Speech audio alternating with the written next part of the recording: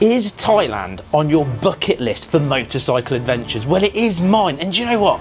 Exploring Thailand on two wheels, taking in the culture, the food, and of course, all the twisty bends. Well, that's exactly what we're going to do. And you're going to love, absolutely love, how much planning I've put into this one. Well, first things first, we need to get from the UK to Thailand.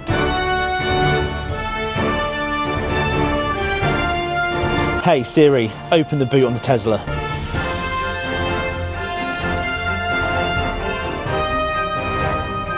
Hey Siri, get me the most amazing co-host in the world.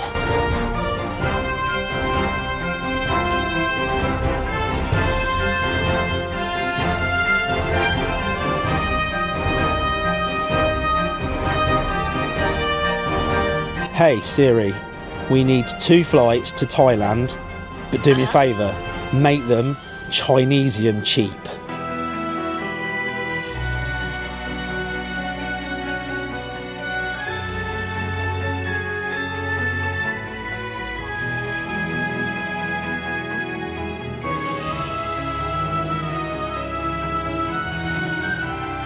Well, a bit of an 11 out of 10 thing. So you know when you say to Siri, book me a flight to Thailand but make it cheap Chinesium, turns out it's flown us into Shanghai. We're in China.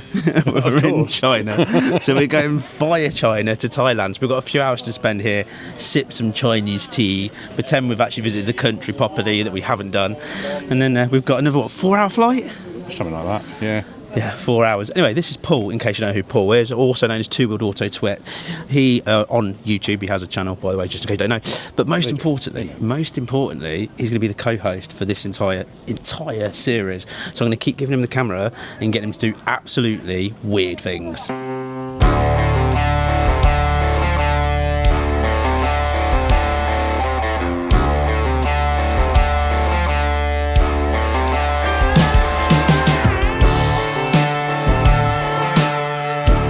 Ladies and gentlemen, welcome to Thailand, Chiang Mai. But this isn't the end of our journey because we've got to sort out getting 2 bikes. So let's do it in 11 out of 10 style. Hey Siri, find me 2 of the most amazing, best motorcycles in the world in Chiang Mai. I'm gonna dance by myself like nobody's watching. Don't really care if my rhythm's off, cause I'm gonna dance like nobody's watching me. I'm gonna dance by myself like nobody's watching. Don't really care if my rhythm's off, cause I'm gonna dance like nobody's watching me. I'm gonna dance, dance, dance, dance, dance, dance. I'm gonna dance, dance, dance, dance, dance, dance. I'm gonna dance, dance, dance. Well, of course it had to be CT125 Hunter Cubs because they are just legendary. So we've got a bike sorted. So now we need to get our hotel sorted. Hey Siri, get me the finest hotel in Chiang Mai for 2 people, but make sure my room is the nicest. Here we go then. Oh yes. Now, no clutch, CT. Yes. Now, Paul's got the address to the hotel, so I can't go flying off without him. And he's never ridden a CT before, so this will be funny. I was like, 1 down, 2 down, 3 down, 4 down. If it's 5, 5, I think it's only a 4, and then it's back into neutral. He'll be fine. First ride on Thailand roads as well, in the city. Here we go. Beautiful and smooth, straight away. Alright, it's always the first thing you do is try to acclimatise one to the bike and obviously to where you are, because I've never ridden here before, no idea what I'm doing. Thankfully though, going to Paul, you've got your phone in the holder, you can take us to the hotel. I can't wait for this adventure to kick off properly. But we're here, ladies and gentlemen, we are here. How cool is that? Doesn't it already look absolutely awesome as a place to be? Going along this river, people fishing in it, the chaos of the traffic. I was knackered earlier. To summarise, 14-hour flight. I am feeling it, 100% feeling it. But I've just woke up with a big smile on my face getting on this. Yeah, baby! Thailand! Bucket list! Oh, here we go. You loving it already? Yeah. It's good, isn't it? Proper cool already.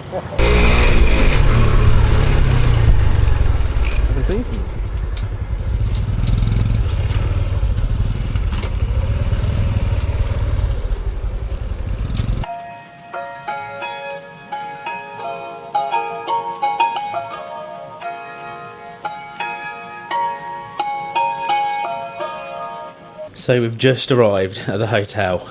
I am knackered but awake now. How about you? Knackered and hot. Knackered and hot. Yeah, kind of awake. Yeah. I could have just jumped in that pool out there. Yes, there is a pool. I should show you the pool. But more importantly, let me show you Paul's room, because your room's very nice, isn't it, Paul? It's lovely, yeah. And then we'll pan across into my room.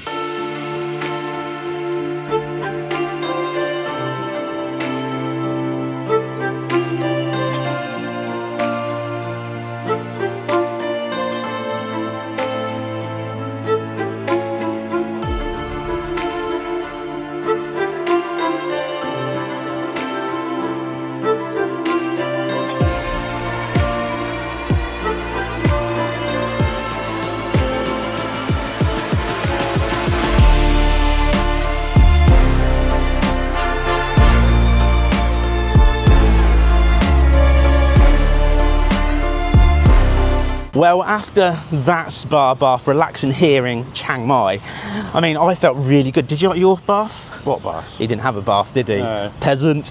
So at the end of the day, Chiang Mai is the second biggest city in Thailand, basically. And the amount of people here, 1 zillion people, I don't actually know that number. But what we're going to do, we are going, Paul, to go and get a beer, our first beer, our victory beer, That's a good and plan. check out the culture of here, because we're only going to spend 1 day in Chiang Mai. Yeah. Cool. Ready? Beer yes. o'clock.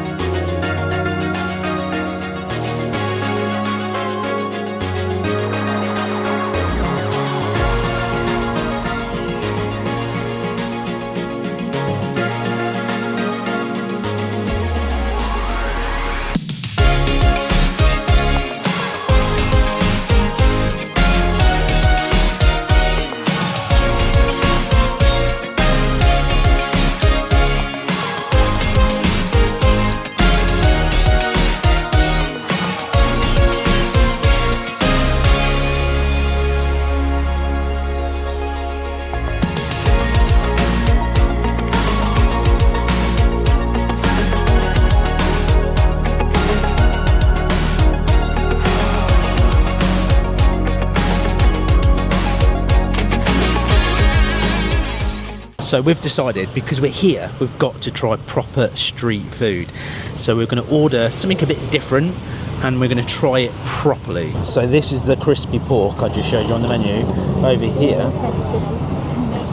we've got some spicy jalapenos to put on top. Oh yes, look at this. Look at how good this seriously looks. Let's try. Noodles. Want some pork? Give me some pork, baby. No. Here we go. I'm a professional. Here we go. Oh no. Hang on.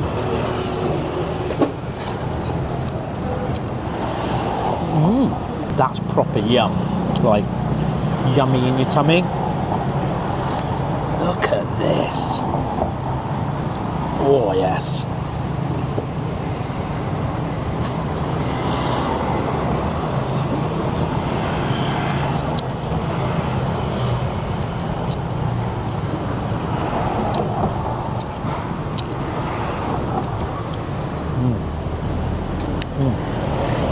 That is gorgeous. So we don't have, other than jalapenos, I have no idea what's what. So we're going to try this. We'll put a bit of this on. Yeah, I think that's vinegar. I don't know. We're going to put whatever this is on. Don't know what this is. Some of that. Yeah. And we'll try it properly. Mix it in a bit. Get a good portion.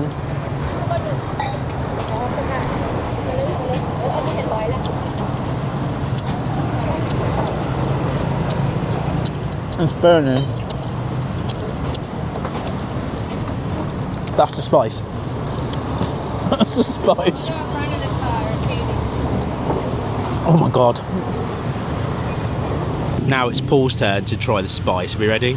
Watch the man's face. Here we go.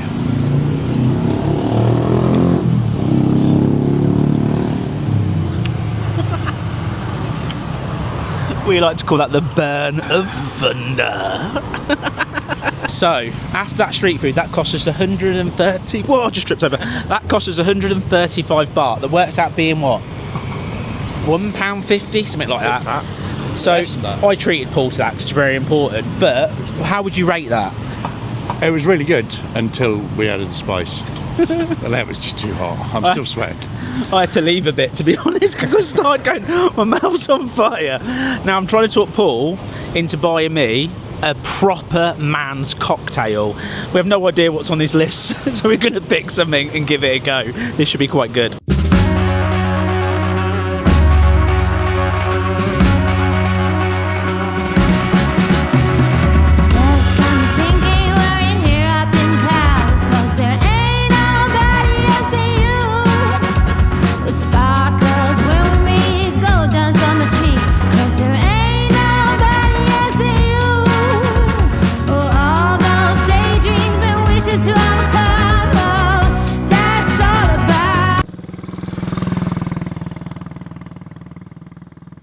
We are currently in Chiang Mai and we're about to take on the Hong Son loop. So this loop is a 370-mile loop. If we do it right, we probably won't.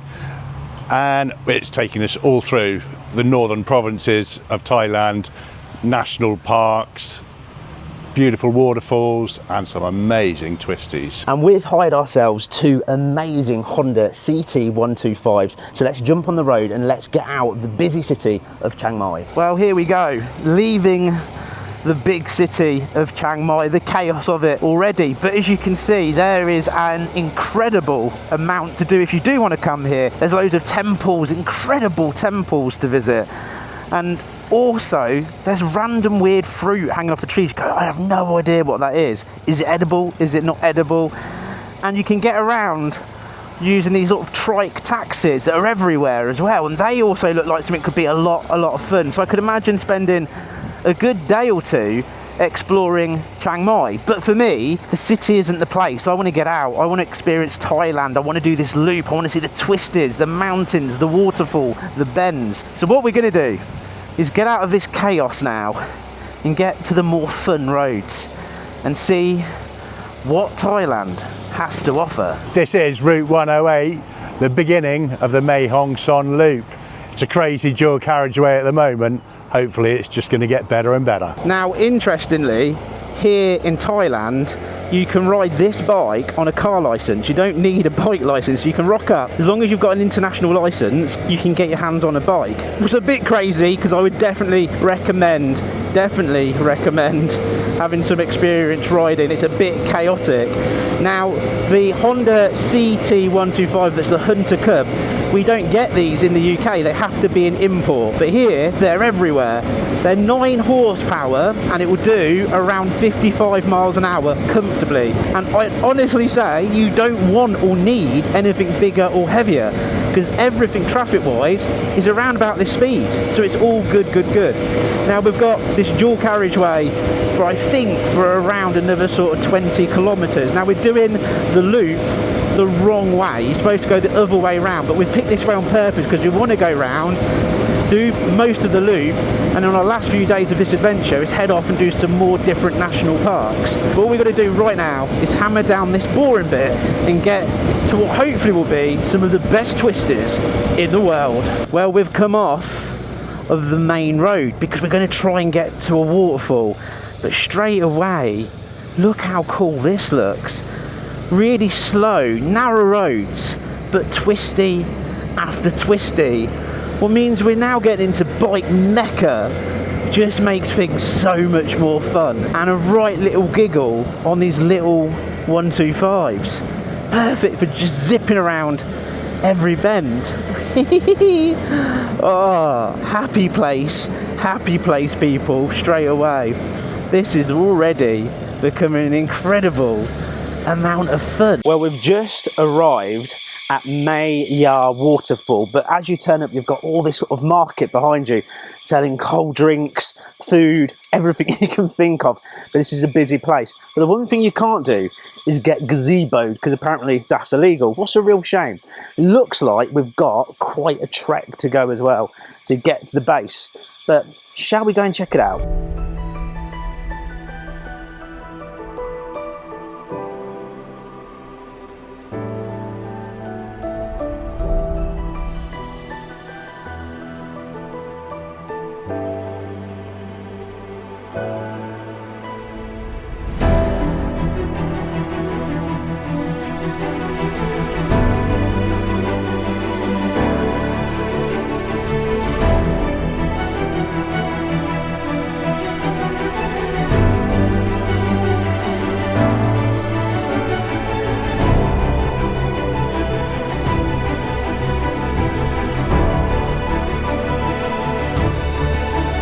Well, ladies and gentlemen, you must be able to hear the waterfall in the background, because that is something magic. Let me show you this. It's beautiful.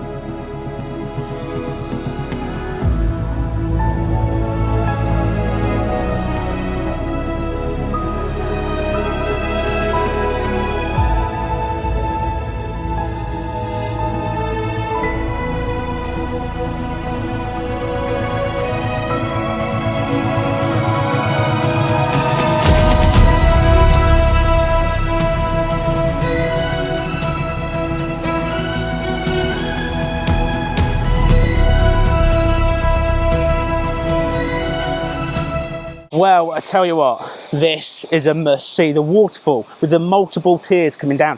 It is so picturesque. I do wish I brought my swimmers up with me and went for a dip, because it is so hot. But if you're on this route, that is a definite must see, because it is stunning. But I did notice an ice bar down there selling juices, and I think we deserve a beautiful, cool ice drink before we set off to our next destination. So I managed in my fluent Thai to order 2 iced lattes in the market, and they've told us to take a seat. I tell you what, they don't half work hard. They're all running around chopping up, and it's dead touristy. But got a massive latte. I didn't have a clue how much it cost either. But dude, what an adventure so far. Oh, that is really nice. Yeah, it's like proper like fresh tasting latte, but with ice. Well, you won't believe, for those 2 coffees plus 2 bottles of iced water cost us 80 baht, less than £1. Now it's time to move on. We've had a look. We found a place called Chiang Mai Viewpoint. It looks really good. Let's find out. Well, it's time to hit the road again, but it's also time for me to show you exactly how cool these CT 125s look, and of course the twist is.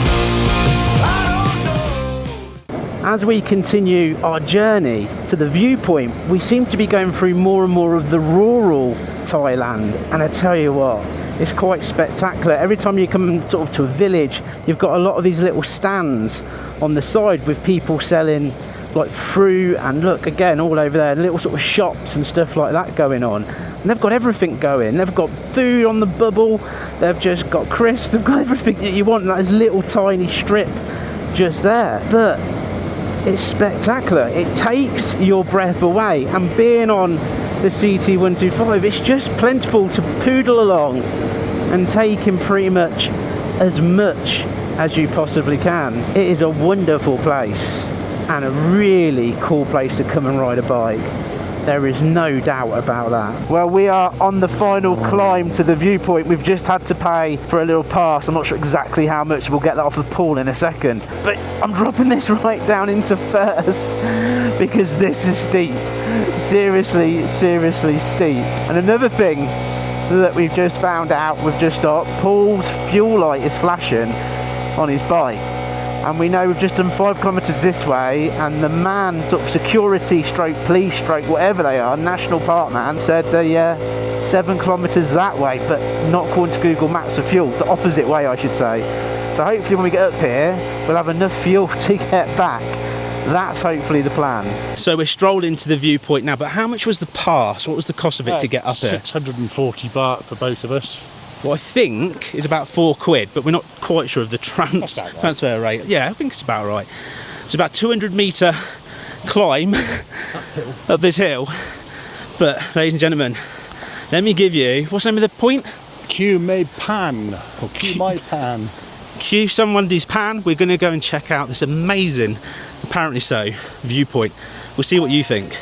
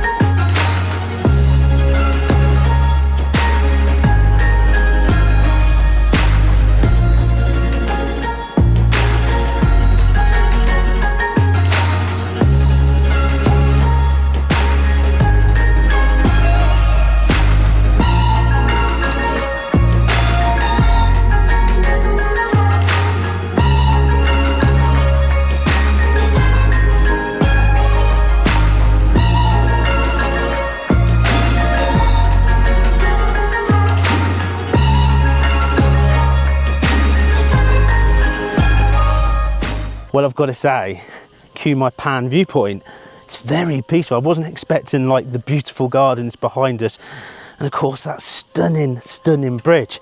Now I'm sure if it was a clear day, because unfortunately it's not, the view would be out of this world.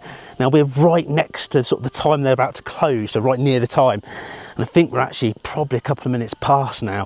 4 p.m. is when they close, so you need to give yourself that bit of extra time. But Thailand is just, what a beautiful place. Now let me show you the view, because on a clear day that would go on for miles and miles, but unfortunately it's foggy. But what we did, we rode all the way up all these steep sort of mountainy roads, and it's almost like you feel like you're going into a jungle, but it's just all beautiful forestry. It would be wrong, wouldn't it, if I didn't walk over this beautiful wooden bridge. I think this has been here, it's got to be here for hundreds of years, because I mean it feels safe, don't get me wrong, but it's definitely very, I don't know how, it's more like a Japanese garden is how I'd explain it. It's kind of got that feel to the gardens, but just look, what a place to come and visit. Well, with this amazing viewpoint done, I think the thing we have to do is try to head down, because Paul's got a flashing fuel light. I'm down to 1 bar. So I think we should do the right thing and try and fill up our bikes and then book somewhere hopefully very unique for us to stay. Well, here we go. We're both there going, I reckon we can do this. Balls has been flashing for some time apparently.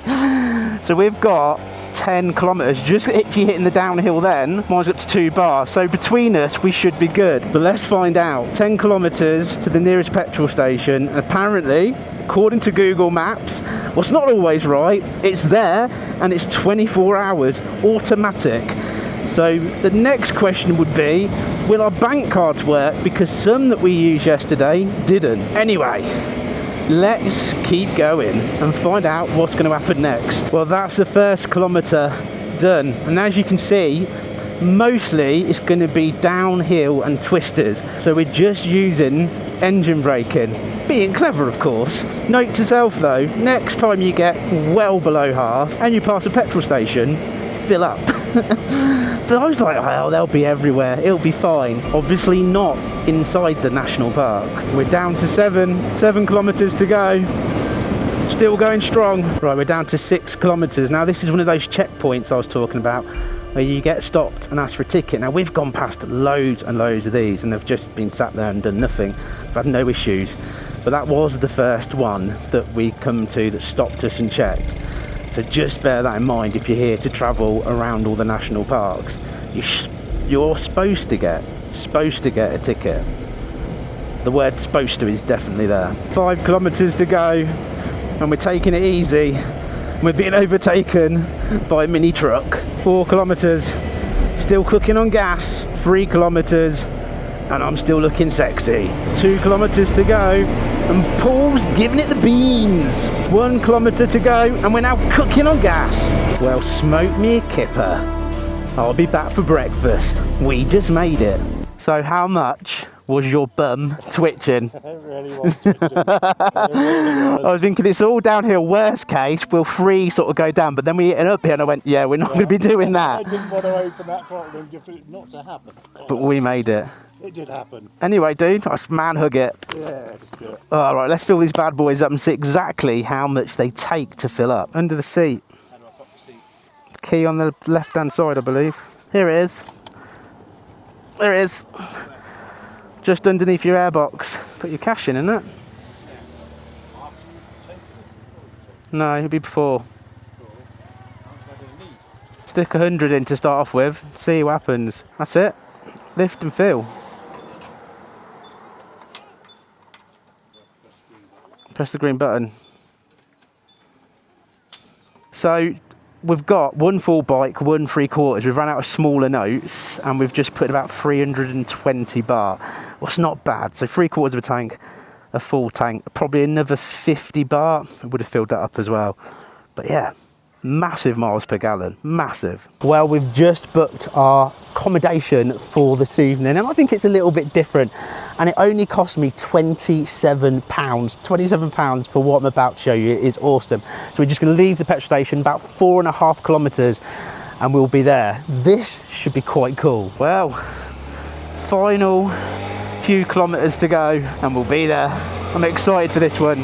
I've got a feeling it's going to be quite cool indeed. Oh, I'm enjoying this bike as well. The CT 125, you get more and more used to it and you smile more and more as well. Apparently we're going up here.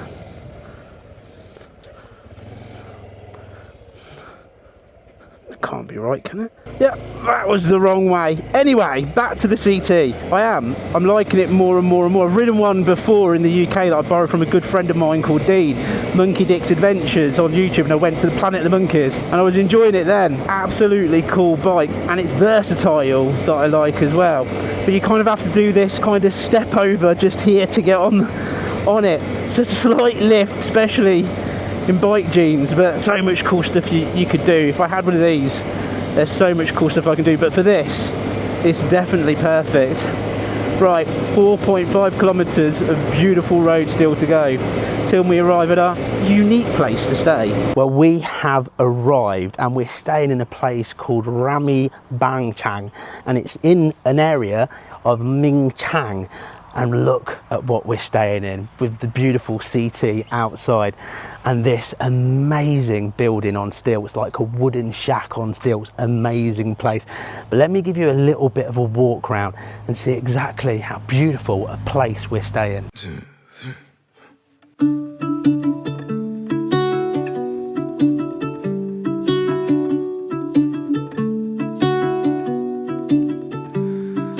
Depths of silence where echoes remain. You were the sunrise and I was the rain. A collision of souls opposing in flight. I was the darkness, you yearned for the light. Now you're gone and I'm losing my mind, losing my mind, I'm losing my mind.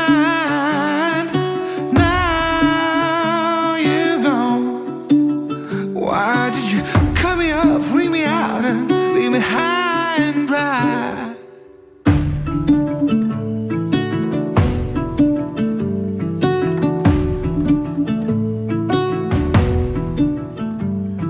You were the laughter that kept me alive.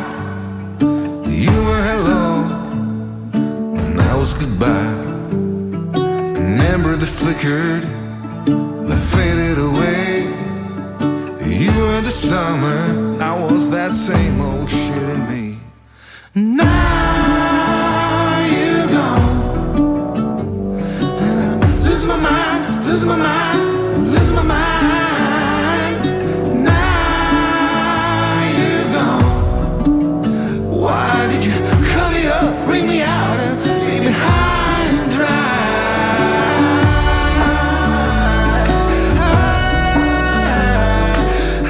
Well, as the day is closing to an end, as the sun is going down, and we're sat here in this beautiful, beautiful place enjoying amazing beer, I suppose the question is, Paul, what was your favourite part of the day? I think I've enjoyed it all, but I think that waterfall is probably something I've not seen in that scale, so I think that tops it. Yeah, I'm with Paul. I love the whole sort of viewpoint and the temple, but definitely for me, that waterfall was breathtaking. It's the kind of place that if you took a picnic down, you could spend the entire day. Now tomorrow, our plan for tomorrow is, we haven't got one yet. We're going to have a look on Google Maps and we're going to keep doing the loop, but we don't know exactly where we're going to stop. So hopefully we're going to find something a little bit different. But for now, we're going to give you a ka-ching and we're going to go enjoy some amazing food and relax the rest of the evening. So hopefully you'll watch us on the next part of this amazing adventure. Paul, cheers, dude.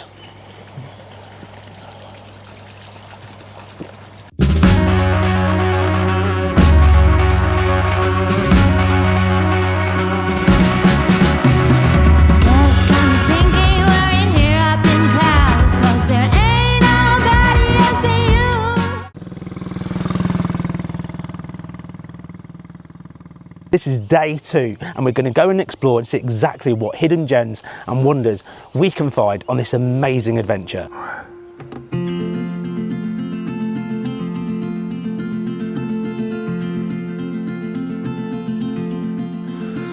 We said we'd be always you and me, for better or worse, bound together. So our current location is Doi Infinum Park. What is beautiful and stunning, you would have seen that yesterday with the waterfall. So we need to sort of head back slightly to get back onto the 108, but it's the actual loop itself. Then we're going to continue up, and I reckon we'll find some hidden gems on the route and as we go off the route. But I want to explore one thing at a time and just literally ride, look on Google Maps, find what next location looks fantastic and try and capture it in true 11 out of 10 style. Well, here we go, leaving this beautiful place that we stayed £27 to Savia home, sort of like wooden hut, overlooking their amazing rice fields and enjoying a beer down there with something extremely special. The Rama Ban Pak place to stay right here is something awesome. Anyway, firing up the mighty CT, and here we go. I love this bike because even little gravelly bits like this you just laugh at because you know how well that this will work. This beautiful little CT. You just want to give it loads of beans and get a bit of slide going on as well. But anyway, it's a hire bike. We've got to look after it because I'm a nice boy like that. Well, here we go, properly on the road. Now I've put in the sat nav, a place called Boke Pine Tree Garden that looks like a beautiful wood area where you can get some nice cool ice drinks. My idea of putting that in is very simple, to get us back on to the 108, what is the route, like the loop that we're aiming to do, and then that's around 94 kilometers, to give us a few miles and get some twisties and some amazement in, have a cooling drink, check out that, and then try and find something even more spectacular. But we have 93 kilometers of hopefully beautiful forestry twisty bends to enjoy this mighty CT125 Hunter Cub. Honda, you so need to bring this to the UK, properly bring it to the UK, because you are missing a trick. This can do everything, green lanes, stuff like this, but most importantly, I get to enjoy it today. Soak up that first bend. Very, very nice. One of the things that you do find with this bike, putting a bag on the back, especially a bag like me that's got camera equipment in, laptop, clothes, everything I need for this week, it all fits, it's all fantastic. It's a big metal rack for it to go on, but it also makes the front end a little bit lighter. I'd love to put some stuff on the rack. I should have brought a smaller bag for that, because it would have nicely weighed the bike down. So some of the bends, let's just say, you can feel a little bit light on the front end. But once you get used to it, like all things, you soon start enjoying it. What you see a lot here in Thailand, especially north of Thailand, I can't speak for the rest, but like young people going around on their business, going to college, school, work, whatever they're doing, and they're all on, a lot of them are on it. I reckon it's the most popular bike. It's the Wave 110, the Honda, and they all shoot around on them. I mean, we don't see them, I don't think, in the UK either, but it's just an awesome sight to see so many people zipping around. And to be fair, those 110s, they're not bad at all. But the mighty CT125, come on baby, let's, oh, I was going to say let's beat him. It's not happening, is it? Look, he's pulling away. Oi, you! Oh, he's braking in for the bend already, or is he just trying to ease off a bit? Yeah, no, I ain't catching him. Yeah, baby! Look at it fly! Woo-hoo-hoo-hoo. Wow, what a place to ride! What a place indeed. Well, we've just arrived at the forest, but the ride here, when you hit the 108 again, it basically becomes quite dual carriageway for quite a chunk of time, so bear that in mind.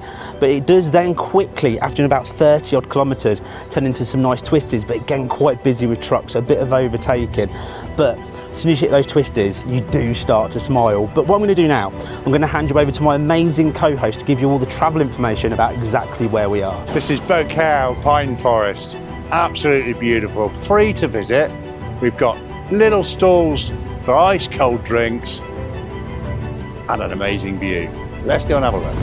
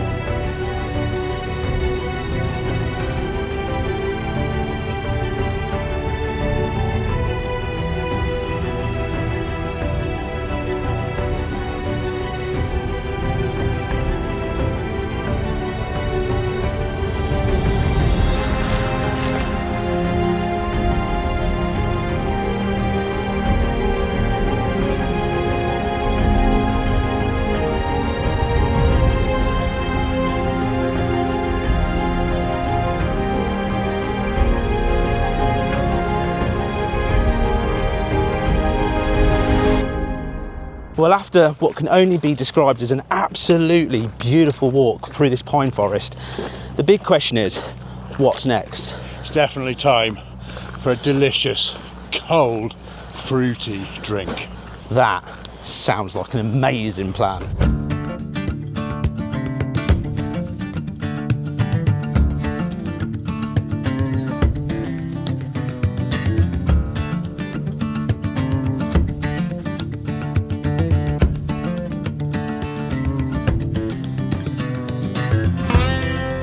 Well, that iced latte, I went for a latte in the end, and so did Paul. 45 baht, that I think's about 30p, and it's a proper full-size one, and on a hot day, oh, it is absolutely delicious. Now we're about to enter Op Lang National Park, and I think the roads are going to be absolutely stunning. So let me show you them in true Helmet Head style. Don't wanna waste time.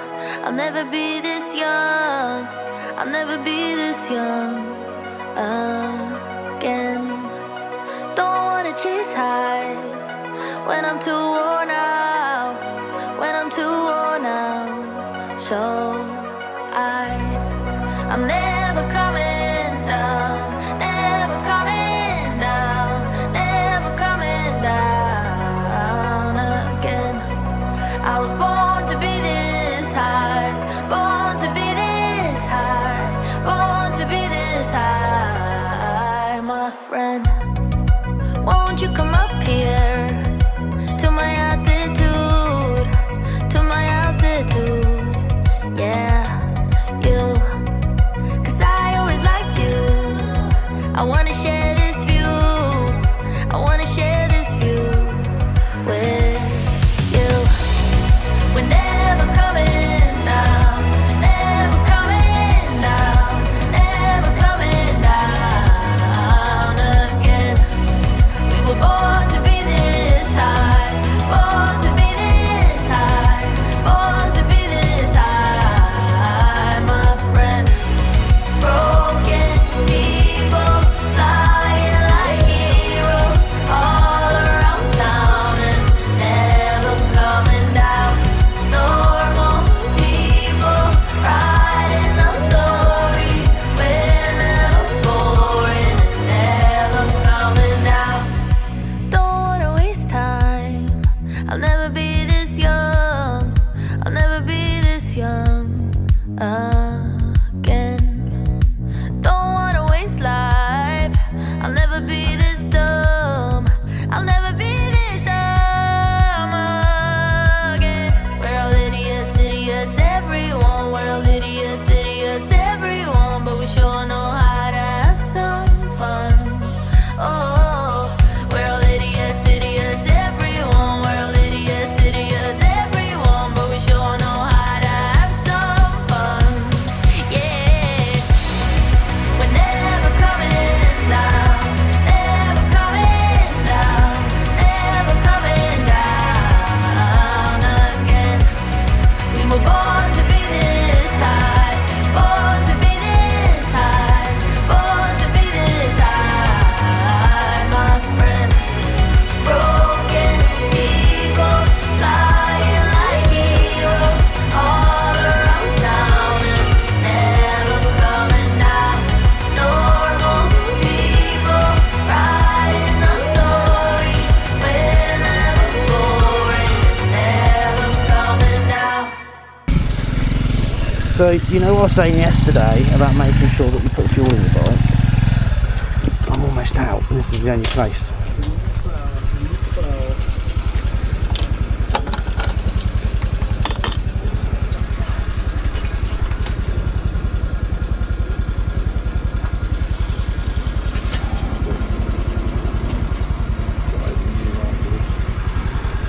Good. Note to self. Well, I got to 2 bars, to be fair. So, I did what I said. It just turns out the petrol stations are further apart. More? More? More. More? And then we do his. Yeah, but more. It's still got this much to fill. Yeah, more. No more? No more.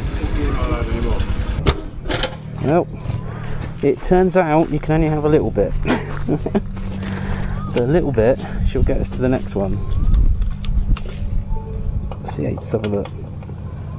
Oh, 3/4, but I bet that'll go down quick.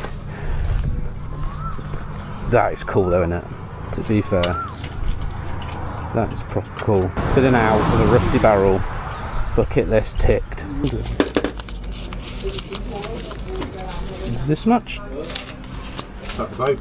Yeah, for both. Thank you. Now that is a really cool experience. That's all I can say. I don't know why, but that's just made my day. We just went to a PlayStation automatic one and it was just out of order. I was thinking we got an hour's ride to the next one, but hey, it all works out in the end because that is the 11 out of 10 way. So we've just stopped after those beautiful roads to sample some local food for lunch, and I have no idea what a Vietnamese salad is, but what I can tell you is it's warm, and I think these are some kind of noodles, and we've got also, I have no idea what this is, no idea whatsoever. And I think some bits of tomato, and I'm not sure if that's got some fish in it. I think it's got tuna. But it's time, it's definitely time to sample it. That is really, really tasty. They said, do I want it spicy or not? And I've gone for the non-spicy one this time, but there's a little hint of spice. So if you are able to take just a little bit, that is good. Well, that cost us 160 baht. So I think roughly is around £2.50, and that was 2 meals and 2 lattes. Oh, Thailand, you know how to price things to make British people smile through their teeth. Incredible, absolutely incredible. So we're not far now from entering the national park, so I'm looking forward to that because the road should only get better and the view should only get more cinematic. So roll on this because it's going to be a lot of fun. Well, as you can see, the roads have just got absolutely beautiful again. It was red hot earlier, we kept having to stop for water, but the sun is starting to slowly go down and it's starting to cool. So me and Paul are just having so much fun, literally ripping along on these 125s. We're just giggling, overtaking each other, spanking the back of the bike like we're on racehorses, going, oh, catch him up. Here he goes again, ready? Here he comes. Look, there he goes. There he is. There he is. Look at that, he's doing the Superman pose. He's flying, but the difference of it is, as we all very much know, I never lose. It's impossible for it to happen. So we have to slow down because he's going to stick on his brakes here. Then I'm going to undercut him as he indicates in. And I'm just going to do him. Just like that. I think he wanted to stop, but I'm going to take that as victory. Victory right there. Even if he wanted it, he can't have it. Right. I have found us potentially an unbelievable viewpoint. So what I'm going to do, I'm going to get there and I'm going to show you hopefully something extremely special. So we've just arrived at the awesome viewpoint, and I tell you what, it was a beautiful ride up here as well. It was absolutely fun and epic. But of course I've come all this way to show you this place where you can just chill on a bench and relax and take it all in.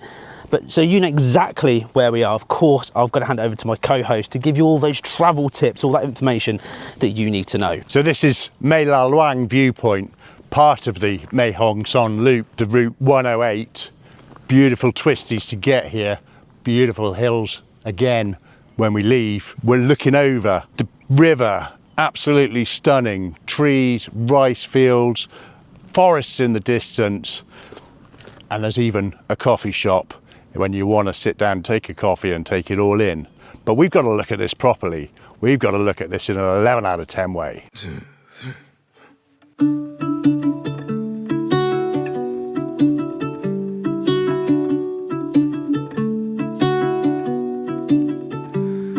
the depths of silence, where echoes remain, you were the sunrise, and I was the rain. A collision of souls, opposing in flight. I was the darkness, you yearned for the light. Now you're gone, and I'm losing my mind, losing my mind, I'm losing my mind. Now you're gone. Why did you cut me up, bring me out, and leave me high and dry?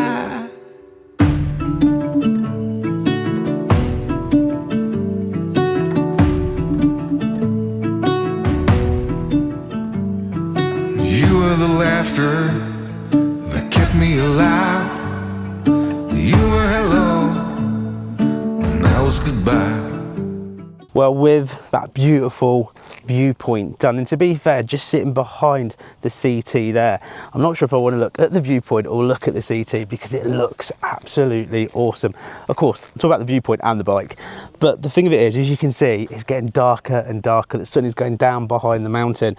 So what we've done, we've booked ourselves a quality hotel for tonight. I kid you not, less than £20 for this, less than £20. So we can jump on the bike, do our final ride as the sun is going down, and get to the hotel where I can show you exactly what we got for our money. Well, here we go, 20 kilometers to go for us to reach our residence for this evening. Oh, what a beautiful day, a beautiful ride. The cool thing about these cameras, these DJI Action 5s, is they work quite well in low light. So it's actually getting quite dark, believe it or not, and hopefully these cameras will give you a bit better viewage as we go. But Thailand's that kind of place where the prices are right, you have an amazing time, the views, the scenery, the food is incredible. And one of my subscribers who lives in Thailand, I think also teaches in America, I believe as well, said to me, welcome to Thailand, the land of smiles. And he ain't half right, because I keep smiling and pinching myself, I'm here. The people are so lovely and welcoming. Just then, just before I left, a whole load of guys turned up, and I think they're grabbing some food at the restaurant, but one of them was trying to speak to me in Thai, and he was peeling garlic, and he was like, oh, you want garlic? But he didn't speak any English. It was like, garlic, garlic. I was like, no thank you, I don't want raw garlic. But this is what they're like. They're just welcoming and want to give you things and look after you. It's an incredible country. It really, really is. Beautiful place. Right, 22 kilometers. Let's see what we get for less than £20. This should be impressive, I reckon.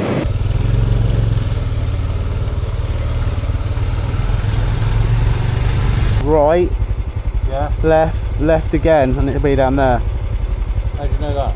Feel away there. Looking at that. Yeah, I don't know if you. We'll try straight on, but I think that's then like a river. Oh, it's behind us, isn't it? It's back there on the left. Only taking it to Mae Wang district. Oh, is it? Not to the hotel? Yeah. Put the coordinates in. I think we're supposed to. We're a little way away. Sorry? But according to this, we're a little way away. Yeah. This is the different sort of maps, though. You just try Google Maps out of interest. Hang on, let's just see if on. Because we're 1 minute away. You just try turning left for a minute and see if this starts navigating. Turn right, then turn left. Head west, then turn right. Got it. Got it? This way, yeah. Are you sure you got it?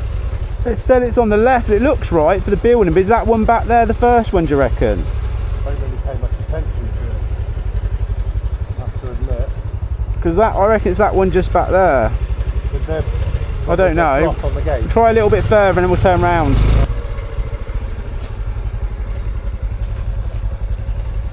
None of them look like a hotel. No, they didn't. What was it that told you to come here? That That- was Booking.com's Ben own map. Harrow. No, Google. Da. Right, Unless it's left at that thing. because I typed in Hern Thai Resort Yeah. and it came up with something in Thai. So that's like 3 minutes away. That's back the other way. Well, what's to the where name we of the were. place again? Hern Thai Resort. Herntai. Hey, not that one then. Yeah, Mylanol. I guess Mylanol is where we are. We've got something coming up behind us.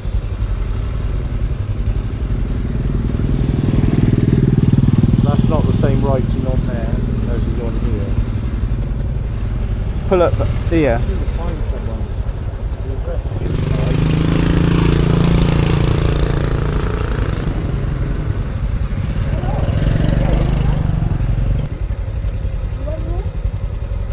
Yeah, we've got one booked. Here. I cannot look, you cannot look.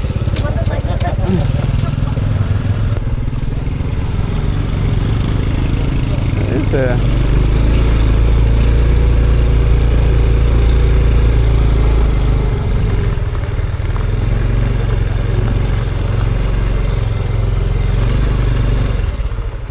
So this is hilarious. Proper hilarious. This woman saw us. said we want room. He was like, oh, we booked here. She was like, yes, me. And then took us there, took us all the way up a load of steps right up there, and just told us. She went, here, open the doors. I was like, oh, very nice. And she went, see you tomorrow. I was like, breakfast? And it was like, and then it was like, no breakfast, just room. And I was like, no, booking. And she was like, no, you book over there. And she went, oh. And she went, you stay here? I was like, no, we've paid. So then she's kindly going to take us because we keep getting lost. What's lovely of her. Oh, but I know I've got a sweat on going up all those steps, lugging stuff. Oh, brilliant. Right, let's see what we got for the money.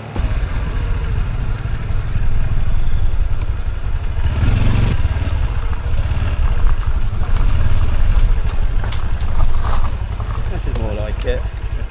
This is definitely more like it. So we're actually skipping forward because we arrived last night and now it's the morning. But there's a good reason for it, because you know when you arrive at a place, and the actual village it's called is Mae. It's a pretty like sort of village here in North Thailand. But the resort, you know when you sort of walk down some steps and you just go, wow. Well, this resort is called Hern Thai, and Hern Thai Resort in Mae is just next level. Let me show you, because this, believe it or not, costs £19.76 for a night. Now the room is very nice. As you can see, a massive bed. Obviously I've slept in that. Places to charge, a kettle, you've got to bring your own coffee and stuff, but a kettle, you get water, and it's got like a shower and a toilet. All that's lovely. The room is lovely, but the wow bit I'll show you right now. Check this out. Oh baby, I love your madness. It's so incredibly beautiful. Oh, you shine like gold, so selfless to all, and wild like an animal. Some would say I'm insane in the right in a way, but I just love to play in your fun and your games. Always hungry for more, that's just how I was born. Take me somewhere I don't know, and give me your freedom. Whoa, you love me to pieces, yeah, I need it. Want your pandemonium, life is so easy. Whoa, you love me to pieces, yeah, I need it. Want your pandemonium.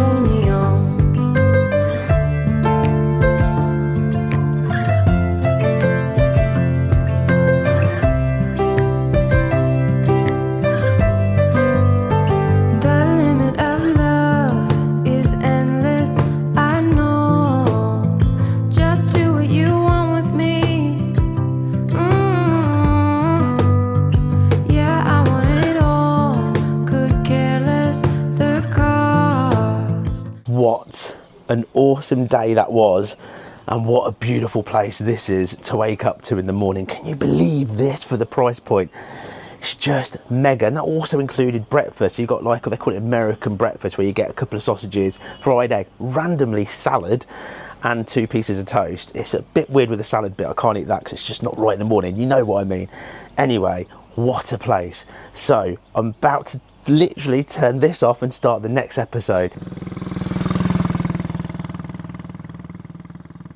We're currently on day 3 of the Mae Hong Son loop, and I tell you what, it's getting nothing but better and better. Today, our aim is to take on the best twisters that we can possibly find, enjoy the bikes as much as possible, and get to our most expensive resort that we've stayed in yet. So this is going to be good.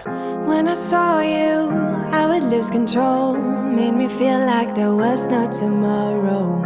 Should've told you that you're beautiful, but the days pass and now it's so long ago.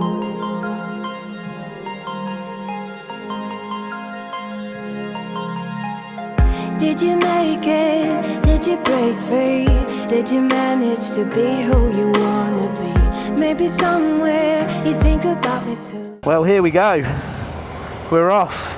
We have 141 kilometers to the resort that we've booked, and it looks very shortly after here the most amazing twisty bends in the world. Now I've picked today especially to slightly less kilometers because the place we just stayed in, I've got to say, was amazing. But because we arrived so late, and because we've sort of taken our time this morning planning today, you can already see it's nearly 11:30 and we didn't get a chance to go in the pool and have some fun. So I said, you know what, let's try and do less kilometers today. Let's really take in the roads, really take in the amazement of riding this bike. Let's get to the hotel and let's hopefully arrive with some time to enjoy the facilities, because I reckon you're going to love the place we're going to. But most importantly, it's to do with the roads. The roads is what we're after today.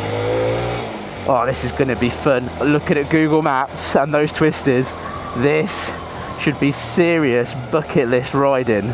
Should be awesome. So let's get down a few miles and get to these twisties. So just before we release the fun and hit all those twisty bends, I'm going to hand you over to my co-host Paul that will give you all the travel facts that you need to know about the location we are and everything about the loop. So some facts for you about the Mae Hong Son loop.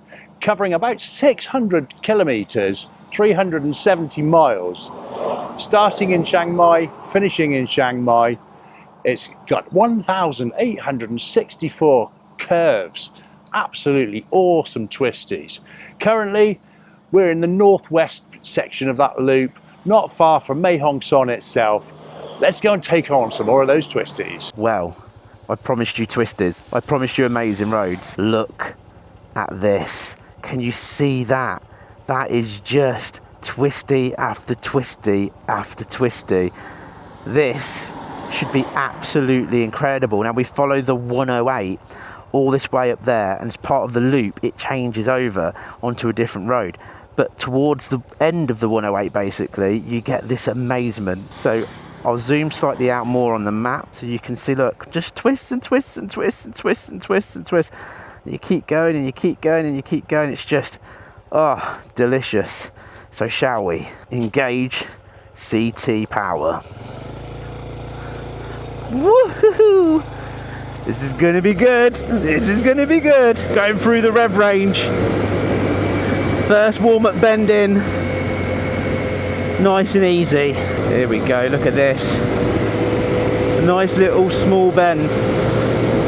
Here we go. Look at this. Oh, yes.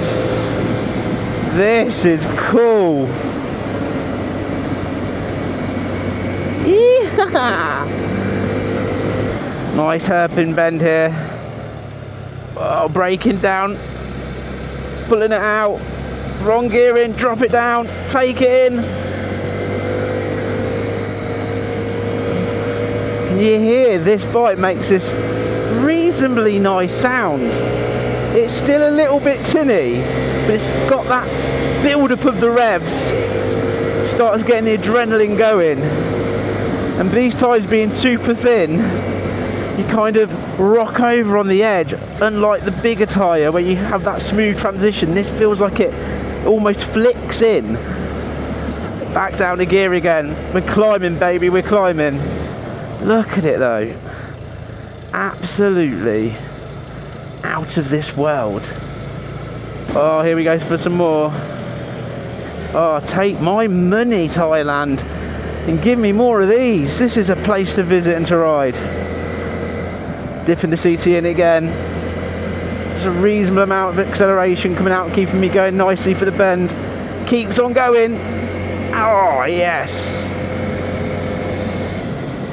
What a cool place to ride. What a cool place indeed. But do you know what? What I should do? I should give you this more in the 11 out of 10 style. Let's do this.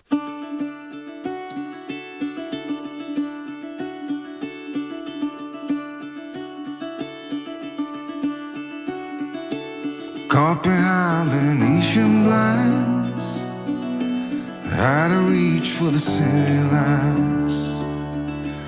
This ain't where I belong. Hey, look at me, man, what I become. I've been running east, looking for a sunset. digging deep since '99. What I thought was gone was sitting in my pocket in plain sight all along. I think it's time for me to go, burn all bridges. All I know, I got lost along the way, fell between the foam, pulling stitches. Time to let go, so come what may.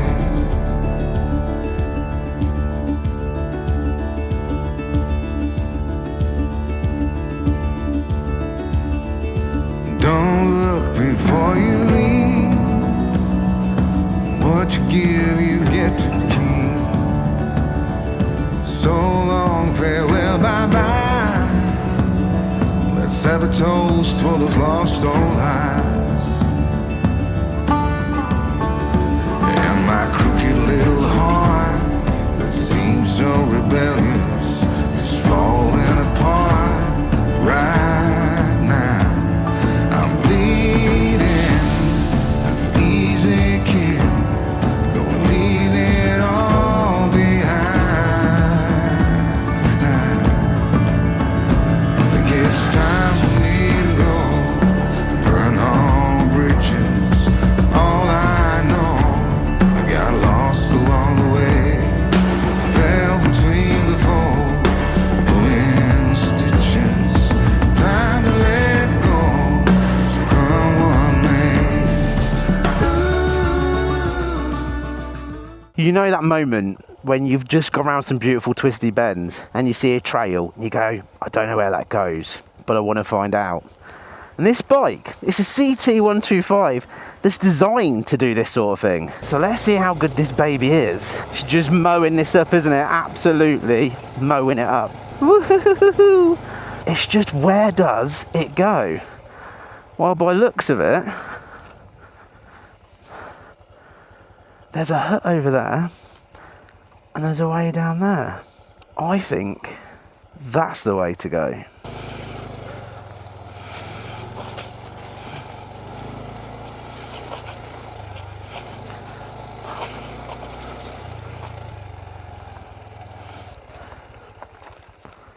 See, there's clothes and stuff there, so are people living there? Staying here? I don't think for a while, but that doesn't look too old, does it? It's the interesting thing about a trail, isn't it? You kind of go, what's around the next bend? Now for me, this bike is definitely not one you'd stand up and do too much on the pegs, as it's quite a reach down. It's more of a poodle and enjoy. It's getting more and more overgrown, so I don't think this has been used in some time. But we're still going. Now, interestingly, Paul, the co-host, the amazing co-host, went off a few moments in front of me. Whoa, this is rutted. Now, he went off in front of me. I have no idea which way the man's gone. So he could be going down that mountain that looked really steep. But I've picked, at least, the high sort of ground. That's cool, innit? I've no idea where this goes. Obviously, it's had some sort of tractor going up it because there's some decent sized ruts here. Let's see if we can get out of it. And go a bit more this way. The one thing I saw, not to panic anyone, we walked to go and get some food last night. Turned out the restaurant was closed. We ended up at, they call them 7-Elevens, and we ended up there and had to buy some sandwich stuff and walk back. But there was like a snake, wild dogs yesterday on our little walk. It was a bit ropey. The woman ran out from the hotel and she said, whatever you do, use your bikes. And then when I saw the snake, I realised why. This is getting proper thick, isn't it? Proper thick. Let's spin this bad boy around. I don't think anyone's been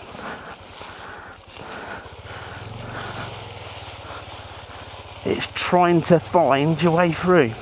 The questions always go through your head when you sort of go off on a random trail. When was the last time anybody came down here? I don't know. Oh, inside a rut, inside a rut. Yeah, baby. It feels like I'm riding through a jungle. Bits of bamboo on the floor.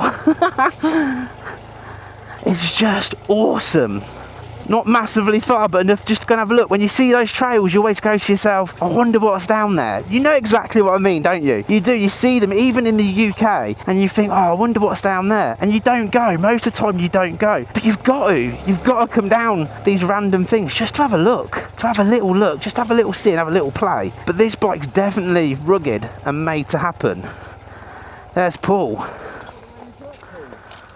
That way, it gets really like, it's good, and it goes up, it gets like thick with leaves and stuff. Thick what? Thick with leaves and stuff. Yeah, not rideable. Well, probably, but to the point where it's only going to get worse. Yeah, I only turned round back there. Did you go down? Yeah. Fucking hell. Pretty rubbish tip. Oh, is that what it is? Yeah. Yeah, I don't think that just leads up into somewhere ever, and probably someone's place eventually that was lived here once upon a time. Well, with Paul found and a little boodle down this trail, this is just so cool. I was putting a massive smile on my face. But with Paul found, we're going to make our way back to the road. But an experience. He's taking me down here because he said it's way he went was down, so I always aim to go up, knowing that I can turn around in case it gets really sharp. But this, yeah, it's just a massive dump down here. Well, there we go. Trail done. Fun done. Back on some more twisty roads. If you find a trail, you've got to go and have a look, ain't you? Be rude not to. Welcome to my hotel for this evening, Hotel Sibrambralu, and this is in Pang. Now, I've got two very special guests here on the bed. I like to call them, because they're elephants, I like to call this one, the one that's close to me, Julian, and the one that's trying to get closer, Mikey, because they were on my last series and they're very important people indeed, and they do tend to look like that as well. But the point of it is, you might think this is quite echo in here. Well, this is their deluxe room. We were upgraded. Once you saw Lord on the passport, you said, oh Lord, we upgrade you. Paul's obviously more in the peasant's room. So I'm in the massive room. Now this cost, right, this is the most expensive yet, £32.96. And I'm going to give you a tour, but just before I do, I want to give you some serious advice if you think about coming to Thailand, especially with the amount of heat it is. It was 35 degrees today, and we're in this season called smoky season, so we lose some of the views, and it can get a bit like, not coffee, but you can feel a little bit headachy, etc, etc. So it's worth bringing a face mask if you want to try to protect yourself a little bit more. But forget the smoky season bit, the temperature. Now, a massive tip, and I've done it on my adventures before, is tip literally a bottle of water over you, soak your top in a sink, put it on, and if you have a mesh jacket, it pushes the hot air in, but it's a little bit like air conditioning away for the body. So it dries out within about half an hour, but it gives you half an hour of peace before you start getting really, really, really hot. Now, the jeans that I brought on this trip are the jeans I've worn all around the UK and most of the way around the world, and they're going to continue to come with me, and they are the road skin jeans. Now, there's a link down in the description for those jeans, and what you can do is get yourself a discount by clicking on it as well. So I'd always recommend, if you can, bring in bike jeans. If it gets really hot, at least wear denim jeans, and then on top of it, get yourself a mesh jacket and some really light summer gloves. The other tip is, if you can, and you've not got camera kit all over your helmet and comms in, try to put a little bit of water in your helmet as well. Get them a little bit damp, because again, heat rises off your head and it keeps you nice and cool. If not, dampen your hair like I do, and it will make a massive difference to your ride. Now, shall I give you a little bit of the tour of the room? This is huge. So look at the vastness of this room. I mean, you could fit a family of 10 in here if you have, you know, lots of people you need to fit into one room for any weird reason. Right, you've got some lovely seating area and what I like to call the fake bonsai tree. I don't think it actually is a bonsai tree, but it looks like a bonsai tree. I think this is a bonsai tree. But then I have my throne. I mean, how welcome is that to give me my own throne? Let me just pop you here like this. Let me give you the throne experience. Here we go, wait for it. Here we go. Yes. Peasants, bring me a beer. I need a beer. There's no peasants. I'll send Paul a WhatsApp message, he'll bring me a beer and I can relax. Anyway, let's carry on with our tour. Let me grab you again. Right, so this is a super double king lordly bed. Look at the size of this. It's like 20 million feet off of the floor as well. Swinging over here, but let's move on to this. What's important, I think, that you don't get in all hotel rooms. Everyone I've been in Thailand, I've had a kettle to heat up, I think, pot noodles, but not coffee. So we've got coffee, and we can have one of them early in the morning. And look, fresh water that you have to open like a beer because it's very posh. The telly that nobody watches is YouTube on here, just so I can watch myself in bed tonight. No, so well, that's not going on then, is it? No point. Moving on, somewhere for me to edit. I might have to pull over one of those chairs to do it, but somewhere for me to edit. Somewhere for me to hang my dinner suit, really, and my tweed jacket. And then moving on to the bathroom. Oh, aloha. Yeah, baby. Have some shower time. Sink. Throne where you spend half an hour watching me on YouTube and giggling, and they think, why is my husband having a poo and laughing at the same time? What's wrong with them? That's the reason why. And if we open this, we just have ourselves, a double shower. So that means I can go, boom, maybe put one from the bottom, and it will shoot up, washing me around my balls area and keeping me cool, and a nice cool one on my head later. Like their style. But of course, the most important bit, the most sexiest man in the world. Now, there was good reason why I wanted to take in some roads. We've not done huge miles today. One, what I'm finding is, and it's to do with the heat, and this is one of the things, another really good tip if you're gonna come and do this trip. On the seat, the CT seat for me, I think is quite firm anyway. Just to put that out there. I don't know what anyone else thinks that's got a CT, but I found it quite firm. Now, what I should have brought, what I didn't, is one of those mesh covers. I've done it on my Africa Twin, and it's made a massive difference. And basically, it just helps the air flow underneath, stops your bottom from getting sweaty, and you're putting pressure on it and heat. And it gets, basically, you get a bruised bottom. So it's like you've been pounded.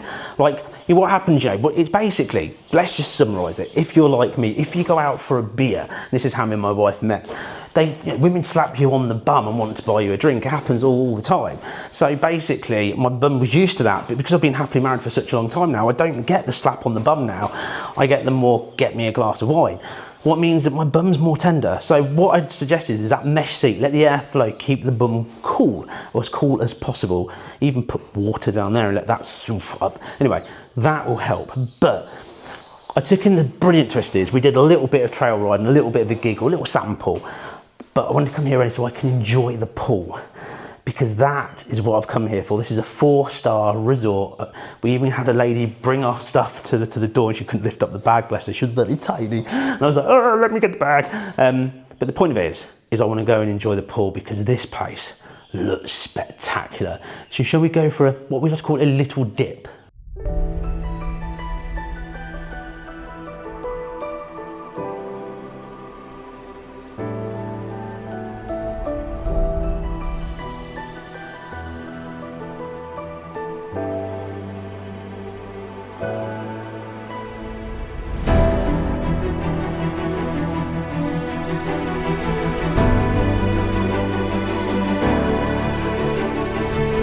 Is that not the most sexiest thing you've ever seen? The Baywatch pose walking up, the jump in a pool, and that is kind of chilled, refreshing, is how I can put it. There's people working in the background. Do apologise, they have to maintain everything. So I think, being an athlete, I should do at least one length of the pool, then I'll probably stop. Here we go.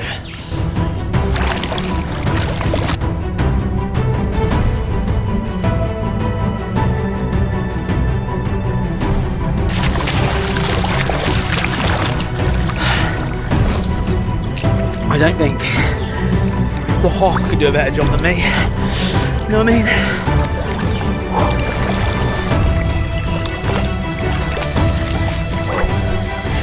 Sexy, looking sexy.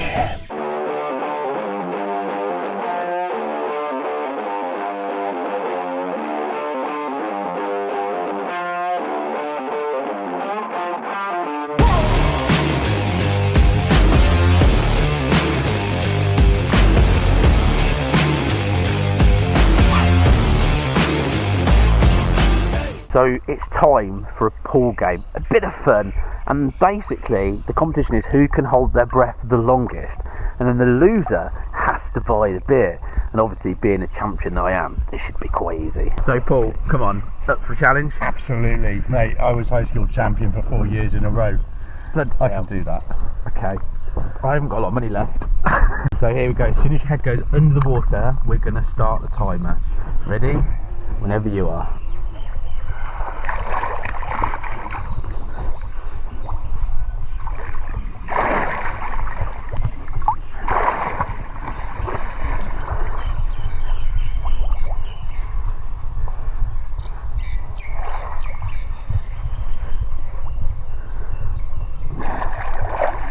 Wow, that was impressive. Seriously impressive.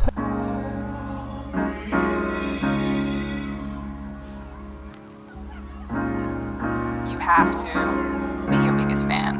And when things are really tough and they're really rough and nothing's working, but there's something inside of you that says, I just have to follow that.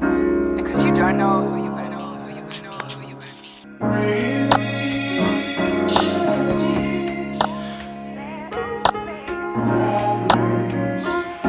Because you don't know who you're going to meet, who you're going to meet.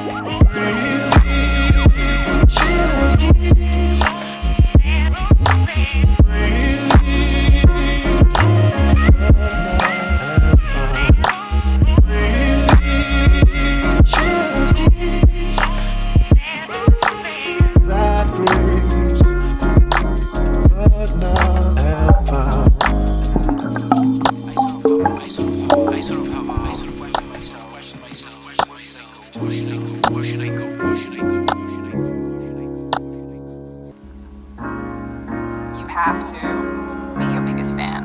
And when things are really tough and they're really rough and nothing's working, but there's something inside of you that says, I just have to follow that. Because you don't know who you're going to meet, who you're going to meet, who you're going to meet, who you're going to meet, who you're going to meet, who you're going to meet. So after that victory, I mean, of course, plus, longest man in my beautiful state could ever hold their breath and just winning. And it's time for me to claim that beer. But I want to show you the resort, 4-star resort here. That, I believe, is some kind of like function room stuff near the pool that they do stuff. The one thing is, I think we might be the only 2 guests here. I might be wrong. There could be some others staying in, but we've not seen anybody whatsoever. So we're hoping the restaurant's open because we do not want to go out, ideally grab a beer. But let me show you some of the wonders of this place.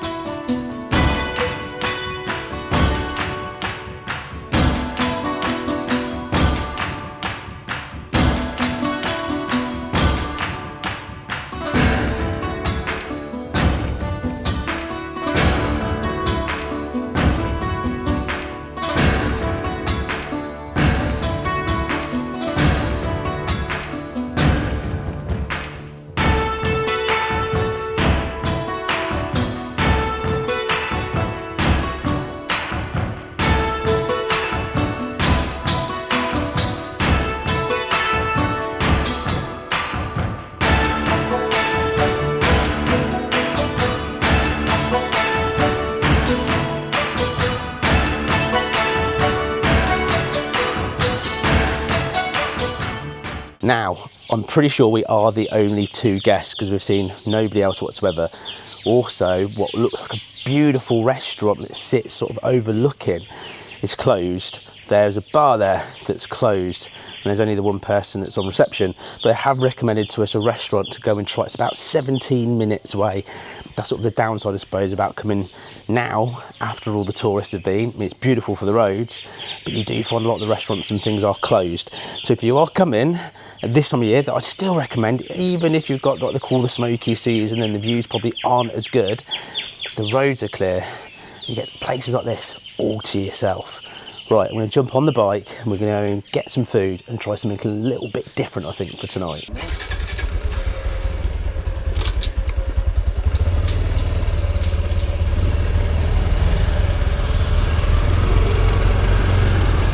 Well, we've just arrived at this restaurant that was recommended to us by the resort, and he said it is fantastic. At least that's what we think he said when he was pointing at Paul's phone and put it in for us.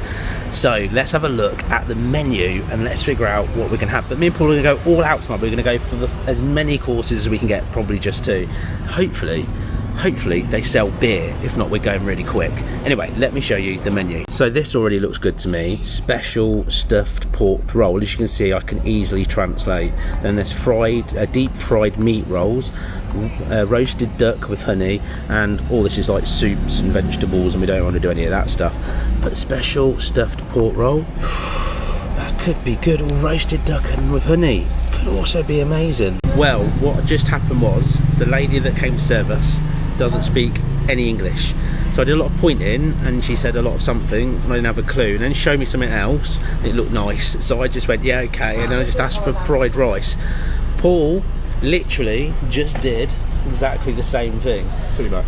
So we are we're gonna get what we're given, so we're gonna find out. But the plus side, the big plus side is we managed to order a beer, so we're gonna sit in this beautiful place. Just have a look.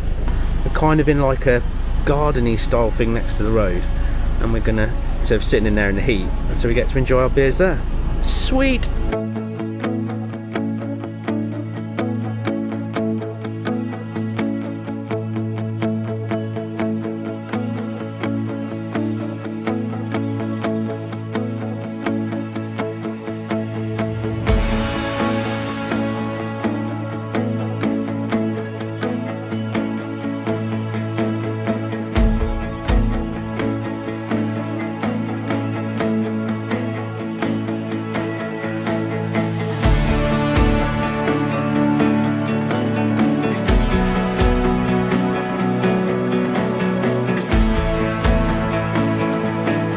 So the food has just arrived. I think I've got some tender pieces of beef. I asked for fried rice, I think I've got normal rice. Paul asked for chicken with cashew nuts and something with fried rice. I think he got his fried rice. Have a look. So there is my, I think that's boiled rice. Look at this. Beautiful, beautiful food. I have no idea what that stuff is on top. And then moving on to Paul's, he's got, yeah, that looks lush as well, doesn't it? But look, the git has got fried rice. So shall we dish it up and taste this bad boy? So here is the moment. Look at that, falling apart. So let's have the taste test, the ultimate taste test.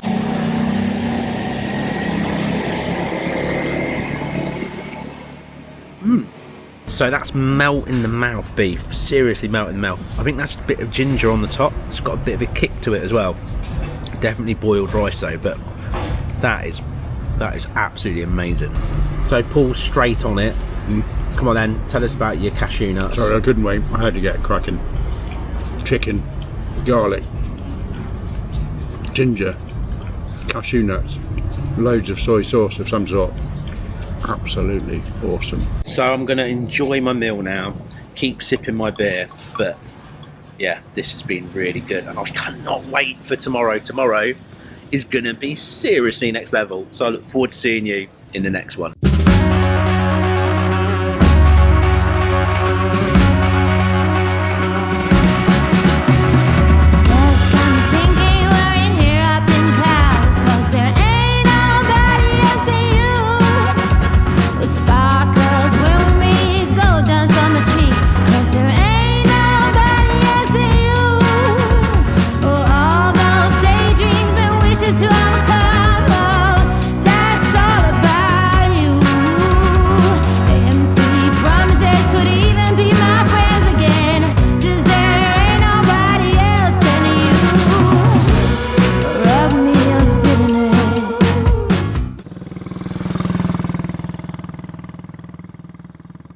We are on day 4 of riding the loop, our final day. And do you know what? The roads have been incredible. The country is absolutely incredible. And it does not stop today, because we are going to be taking on some awesome twisties, going to see the biggest white Buddha any man has ever seen. And on top of it, we're going to go and see the Grand Canyon of Pai. That has to be legendary. So let's jump on the road. I made an old man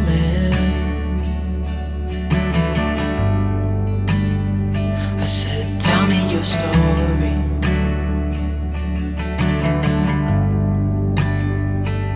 He took out a notepad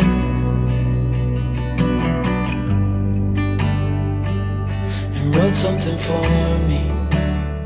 Well, here we are out on the road. We've got 104 kilometers to go to get to Pai, where we're going to see the white Buddhas. It's slightly, I believe, south of Pai, but only very slightly. Now, a few more tips for people that are coming here to travel in regards to the bike itself. If you're going to hire a CT125, that is awesome. There is a few negatives if you're a bit more of a seasoned rider to consider.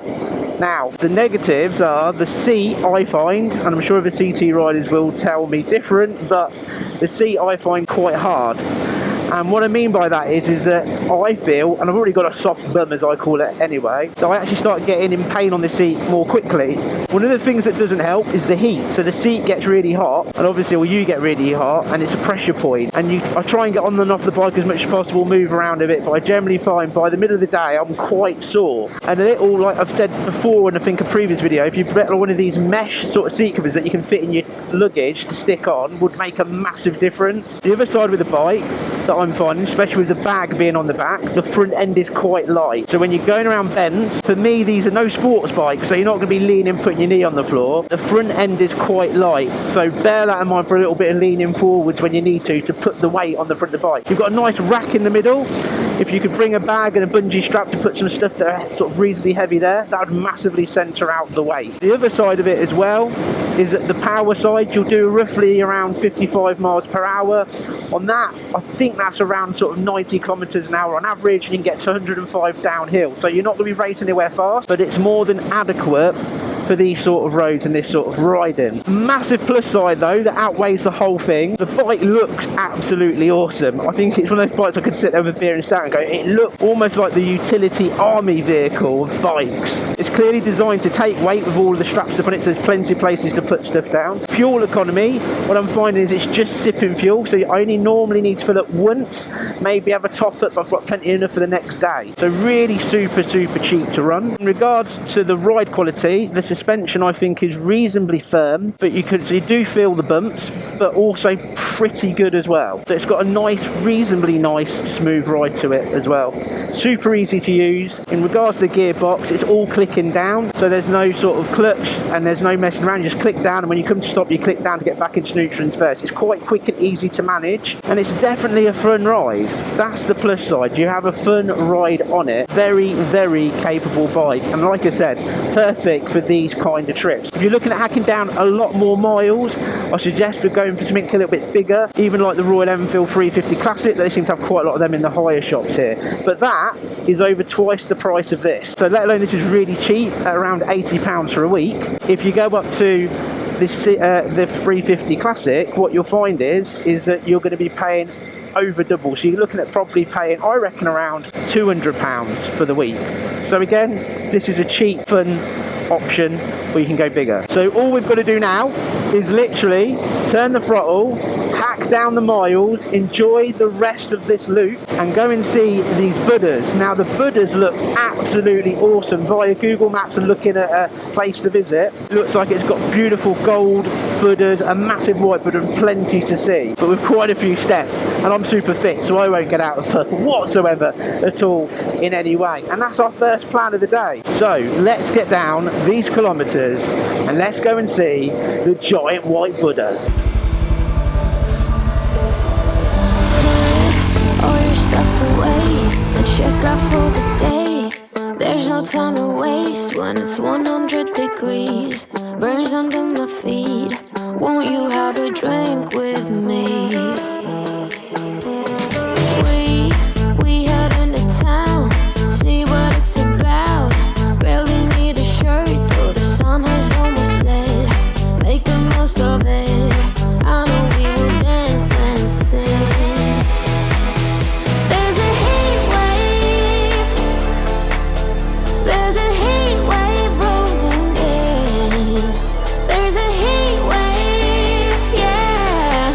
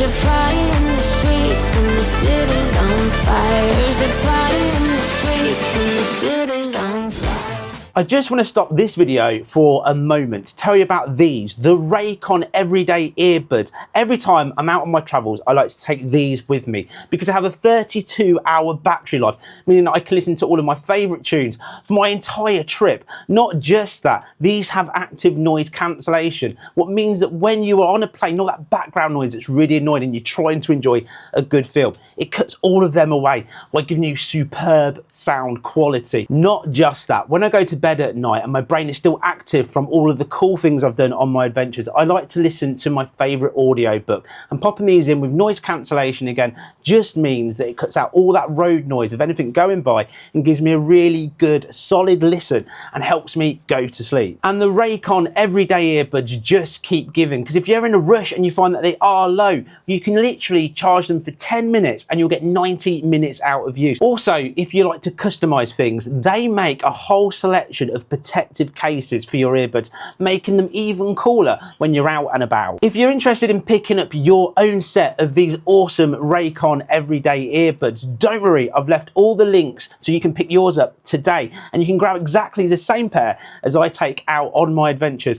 But most of all, I want to turn around and say a massive thank you to Raycon for sponsoring this episode. So let's get back to the awesome adventure. Well, after quite literally the most awesome ride in the entire world, we have arrived for the White Buddha. The White Buddha that's supposed to be absolutely epic, but the bike and the Benz, I'm already in my element, but I'm looking forward to checking out this weird and wonderful place.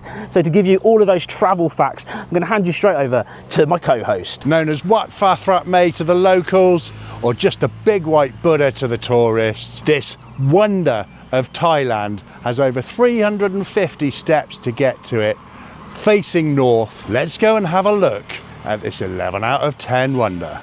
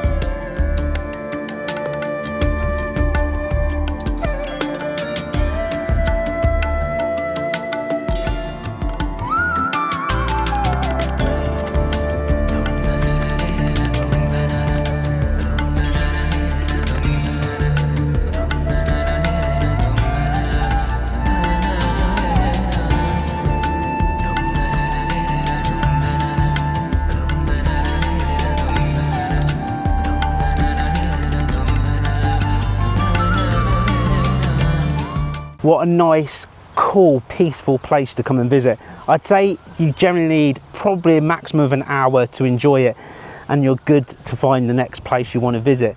That being said, that's exactly what we're going to do next. We're about to jump back on the bikes and we're about to head to Pai Canyon. Pai Canyon, could you imagine a canyon made out of pie? Oh, I'm sure it tastes amazing. But to be honest, what we're about to go and see, I think could be one of the most interesting and crazy nuts places as a tourist to go and visit. Back on the bike, it's not massively far to the canyon that's extremely nice. So a little short ride to take the mighty CT, enjoy a bit of breeze. It's around 35, I'd say, to 37 degrees with not a lot of air movement. So it's definitely hot, and we're drinking through a lot of water, so we're staying hydrated. But another thing to consider if you're coming here is definitely keep yourself hydrated. You're going to need to, trust me. You burn through an incredible amount of water. Now, one of the cool things about Pai, apparently, is at night they've got a lot of the street sort of food stalls. They are in most places, but I think Pai is quite famous for all of its different style of street food. So it may be worth considering if you're going to come here to spend a night here and go and sample some of the street food itself and really take in the culture of Pai. But for me, I like these quite unique places to stay, right out on the edge of places or in the middle of nowhere. But always take a bit of time, go and explore if you're into cities and towns. Well, we've just arrived at Pai Canyon, and as you can see, you can grab yourself a lovely iced drink just there, a coconut if you want one, or maybe even two if you like two coconuts at once. But we're going to go and explore this amazing place. But as always, it's time to hand over to my co-host for those travel facts. This natural phenomenon covers some 7.5 acres with rocks eroded by the rain and the wind, just creating absolutely massive chasms. Let's go and have a look.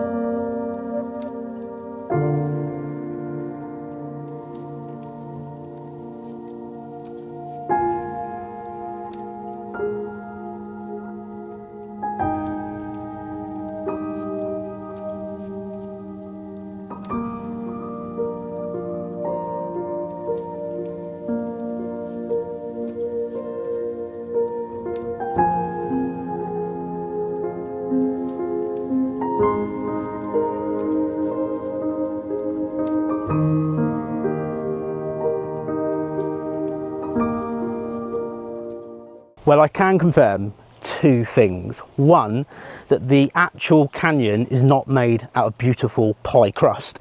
The other is that it is absolutely spectacular and worth coming for a visit. Now, if you've got a fear of heights, I wouldn't recommend it whatsoever at all.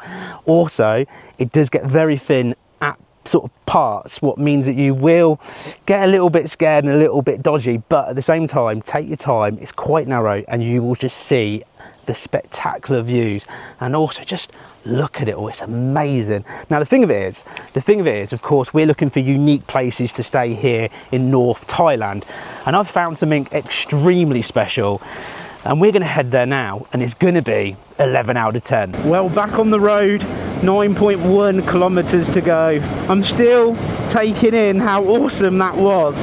It is spectacular. You put the 1 baht in what's policed by the women near the cafe. They'll make sure everyone pays their 1 baht. There is nothing, just to keep the place clean. Then when we came back down, we were really thirsty.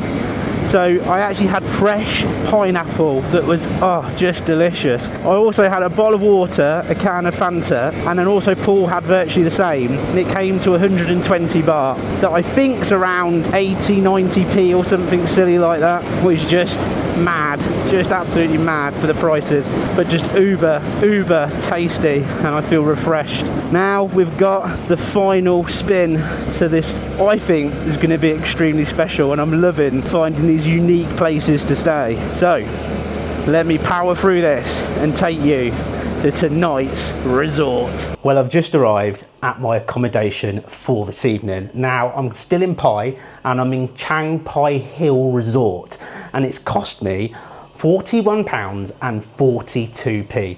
Let me give you exactly what that gets you in Pai, in Thailand. This is gonna be good. Oh baby, I love your madness. It's so incredibly beautiful. Oh, you shine like gold, so selfless to all, and wild like an animal. Some would say I'm insane in the right and away, but I just love to play in your fun and your games. Always hungry for more, that's just how I was born. Take me somewhere I don't know, and give me your freedom. Whoa, you love me to pieces, yeah, I need it. Want your pandemonium, life is so easy. Whoa, you love me to pieces, yeah, I need it. Want your pandemonium.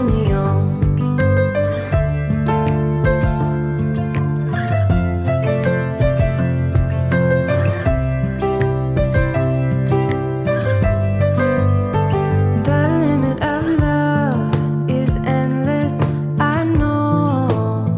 Just do what you want with me. Yeah, I want it all. Could care less the cost. I give you my everything. Some would say I'm insane in the right and away, but I just love to play in your fun and your games. Always hungry for more, that's just how I was born. Take me somewhere I don't know, and give me your freedom. Whoa, you love me to pieces, yeah, I need it. Want your pandemonium, life is so easy. Whoa, you love me to pieces, yeah, I need it. Want your pandemonium.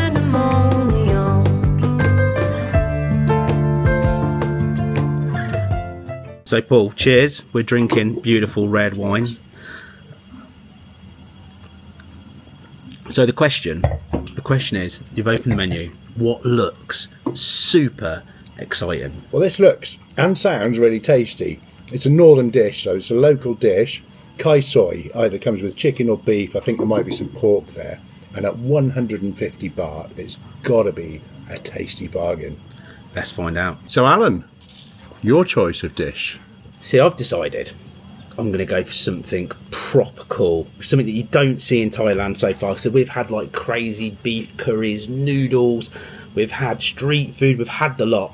I'm going to go for something I've not seen here the whole time I've been here, and that is a cheese beef burger. So my American burger has just arrived, but let's start with Paul's. Here is the traditional dish, and we're going to get the reaction. We're getting Oh, got a little bit of spice, some really tender beef, and lots of flavours. That's good. And now the American burger. Now the one thing when you're actually classed as a British lord, you never use your fingers because it's just what peasants do. So we slice into it and we get the full flavour of the bread, the meat, the salad, the tomato and the cheese. And we'll even add a little bit of gherkin in there just to make it even special. Here we go.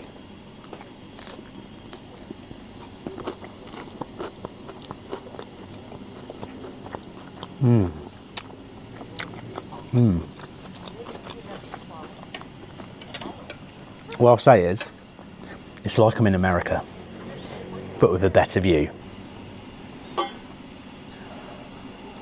Well, with our food all consumed, I've got to say that was absolutely fantastic. But the thing of it is, we've had our wine topped up, nice and full. And I want to look back at the loop. I want to look back at the favourite bits, what's worth it out of all of it to us the most. And of course, we need to ask Paul first. Well, it's all been awesome. I really enjoyed the twisty turns and the mountain roads, but I think just that Pai Canyon just tops it. But it really has all been awesome. Well, for me, the thing of it is, the last 2 days of riding, I think were by far the best. The beginning was dual carriageway. We went off and we did sort of the forest side of things, and that was absolutely amazing. Now, for me, the places to stay, most of all, I believe, was more like the wooden hut side of things when we were with the rice fields. That was so traditional and amazing. And then the place that really made me smile the most, and I mean, seriously, the most, would have been the waterfall, because it was just unbelievable. It was just magical. But the thing of it is, the Mae Hong Son loop is just the beginning, because we wanted to do the most famous loop here in north of Thailand. But we've got 3 days, 3 more days to explore the rest of North Thailand. And I reckon we're going to see some of the most amazing hidden gems that you would have ever seen here on YouTube. I've got a feeling this is going to be nuts. So I'm going to see you tomorrow when we take on some of the most craziest stuff we've ever done.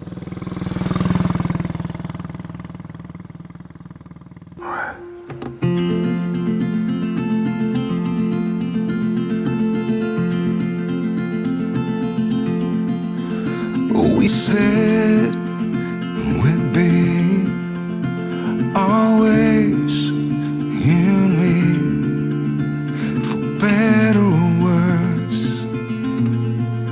bound together. Hello and welcome back to the channel, and welcome to my bucket list adventure here in Thailand. Now today we're going to keep heading north and we're going to do some amazing twisties, and we're looking for a place called Mae Tang River, because at Mae Tang River they've got bamboo rafts and we're going to set sail. I can't wait for this, so let's jump on the road. Well, we're setting off. We've just stopped at a 7-Eleven. Now it says 7-Eleven and you'd think it's open until 11 o'clock at night, opens at 7 in the morning, but most of these are 24 hours. That's really handy in case you get somewhere quite late. But we've just popped in there because Paul was like, I want to buy you a Red Bull, and the man did. It was absolutely fantastic. What means I'm well awake now to hit the road and do some distance. So we're off. We've got 57 kilometers and I've got a feeling it might be quite twisty, because it's saying it's going to take us 1 hour and 51 minutes. I reckon we could smash that out quicker, but we'll find out, because like I said, potentially this could be some amazing roads. The route there keeps us on the 1095, so from Pai on the 1095 to pretty much most of the way to the rafting, the bamboo rafting. This is going to be so epic. But first things first, let's enjoy some roads. Well, riding down the road, we've just come across this amazing place, Tom's Elephant Sanctuary. And look, we can go and feed elephants. That is cool.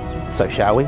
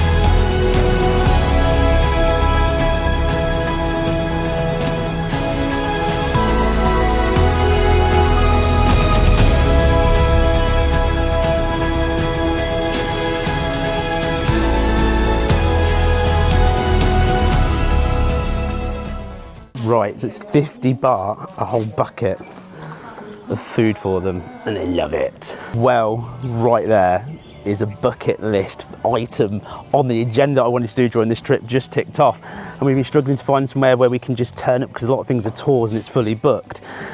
But we just fed elephants. That was just such a cool experience. I'm just well happy, just proper well happy. So basically it's 50 baht for a bucket and you can just feed them and it's just lovely and it's just such a magical experience. But now it's time to jump back on the mighty Honda CT125 and go and see what these roads have to offer. Well, shortly after leaving Pai and the elephants, you're going to come across a load of amazing twisters where the fun really starts to happen. And you want to have fun because when you're spending the money hiring a bike and you're here to ride and see the awesome sights, this is what it's all about. Look at this. Just twisty after twisty after twisty. And the one thing about the Honda CT125 Hunter Cub is, again, it's not a sports bike. You're not going to be throwing it in, pacing up. You're going to be taking a reasonably slow and enjoyable ride, but you still get that buzzy feeling of taking the bends. It's a fun place to be. The Thailand roads continue to give and give and give. But look, tucking in, look at this one coming up. Drop back a little bit, let Paul take it. We're going to power up and through.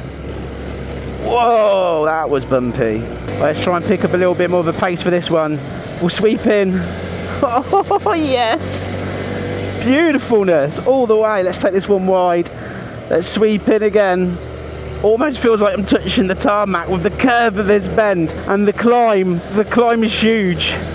We're really down low in the rev range. We're not going fast, but you're still getting that adrenaline rush pumping through you. The smile on my face is just growing and growing and growing. This is the happy place on a bike to be. Doing stuff like this. It's just so cool. Yeah, man. Oh yes. Drop it down slightly, throttle it through, enjoy that bend. Look at that lovely long curve. Drop it back off again. We've got quite a sharp one coming up. Dip it out, dip it in, power on, and just happy place. Just pure fun and happy place. Oh, this is amazing. And it just goes on and goes on and goes on. Look at Google Maps, just look at that. Mecca, absolute Mecca. So here we go, we're heading into Hawaii Nam Dang National Park. Hawaii Nam Dang National Park is where we're going. So we're gonna have to stop here and pay, I believe.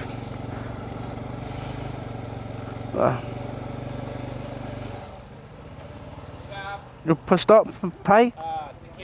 Yes, ticket. We'll pull over here and pay.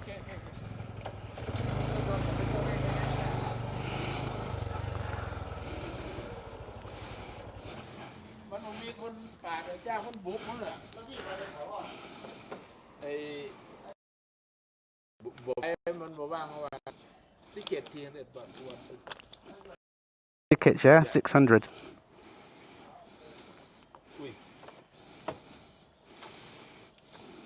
You go to Pai Chiang Mai. Sorry? Go to Pai. Can't understand English. Go to Pai. Go to Pai. We've been to Pai. Yeah, you go to Pai. No, we go this way. Oh. To bamboo rafts. Okay. Ticket one day. Pai has been completely. Okay. Thank you very much. Thank you. Well, 300 baht per adult to enter this national park. That's not too bad, is it? Now there's a viewpoint and there's also a visitor centre here as well. Now we are in smoky season while we're travelling through Thailand, what means that potentially the viewpoints are not the best. You can't see as far as you'd like to see, but we'll check it out anyway. And we'll check out a little bit of this national park. We've got 27 kilometres still to go to the bamboo rafts. That's around about 1 hour and 10 minutes to get there. So a nice, cool, relaxed ride. The other side, because we've gone up quite high, we've been baking every day and there's a nice breeze up here. So for the first time I'm riding along, what doesn't feel like I've got a hairdryer blown at me the entire time. That's super, super nice. Well, here we are at Do Ki Lom Viewpoint.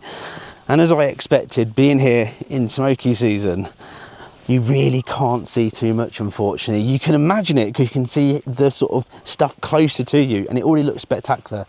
But you're kind of missing that kind of real visual look. But it's still cool to be here. I'll show you what I can see, but if you come here, you literally would come here and bring yourself a nice little picnic, a couple of drinks, and just enjoy the view because there's plenty of space for you to do so. But I'll spin the camera around so you can look for yourself.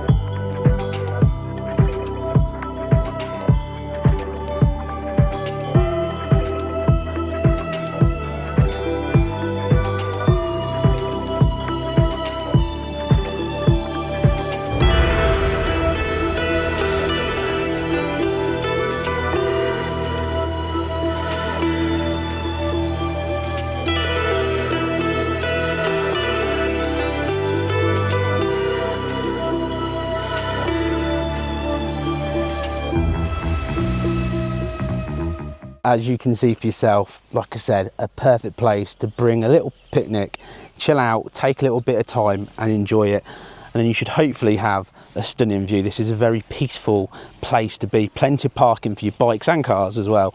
Makes it super nice. But for me, it's time to get back on the road because what I want to do is I want to get on this raft. Well, leaving the viewpoint, the road has become a lot more interesting. This is more and more jungle-like. It feels so cool, to be fair, and it is extremely steep. Sometimes I'm having to use first gear for some engine braking because it is just downhill. I've now managed to get into second, but look at it. You could imagine going off, couldn't you, with your sword and sort of smashing your way through the jungle, finding your way out the other end. Big gorillas coming down and nicking your bananas. Got a really cool jungle feeling to it. And again, an unbelievably unique place to ride. It's quite a bumpy road surface and it's solid stone as well. So I reckon it'd be quite interesting if it was wet. Just look at this amazement through the jungle. Wow. I really hope you can get the feeling of how steep this is. Look at that. That is nuts. absolutely nuts. Woohoo! But so much fun. It is just an intense ride down, to be fair, with just real sharp twisty after sharp twisties. You're carving your way down quickly to the bottom of the mountain. Here we go, another one as we dip down. I wouldn't want to meet a car coming up there now. Very cool indeed. And then finally I think you get to the end. Look at that, where all stalls are, I think, when it's in peak season and people are selling things. And these very new built, kind of, are they restaurants for the future? That looks brand spanker. Right, now we're going up the steepness. Come on, baby, down into first. There's first gear. Leaning forwards on the tank. Big up incline. Now, yeah, getting second. There we go. Keep the power on. Power up. Whoa! This is epic. Bend. Like I said, you're constantly thinking, I hope no one's coming the other way because it's going to be tight. I'm going to have to drop into first, maybe. Come on, CT. It's going to do it. It's going to do it. You made it in second. Nice. More power. I think we're making it to the peak now. What a rush. What a rush indeed.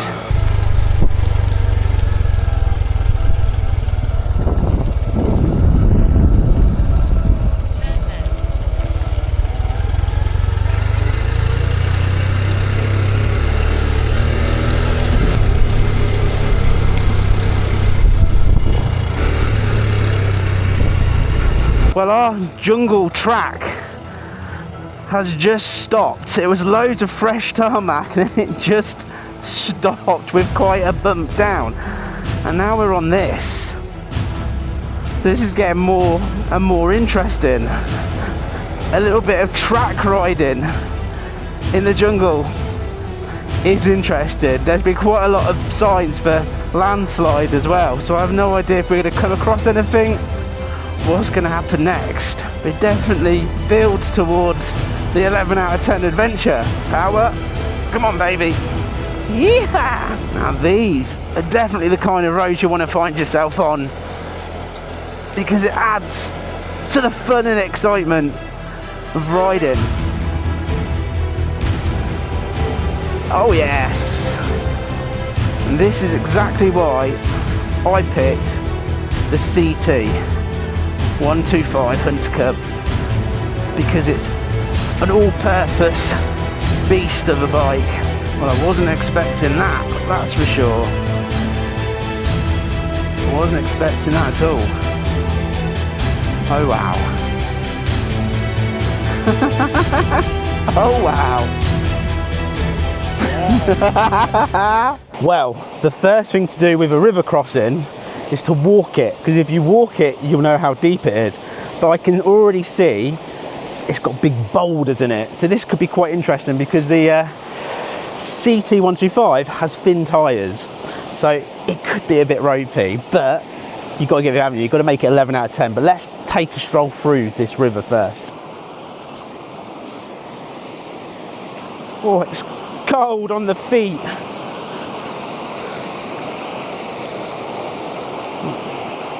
Look at that. Look at that. Oh yes. Oh yes indeed. So nearer to where the water is, the rocks climb up a bit. But if you go more through the middle that looks smoother, I reckon it's around bottom of the knees deep. Have a look. See for yourself. See what I'm saying? It gets deeper and deeper just here. So I don't know if the key is to keep to the right where it's a little bit lighter and try and power through. Either way, one of those things is power and just take it through as quickly as you can. So ladies and gentlemen, shall we do this in 11 out of 10 style? This is that moment. This is the moment where your adrenaline inside of you starts pumping. and it builds and it builds and it builds. Oh, here we go. This is going to be epic. 11 out of 10 all the freaking way.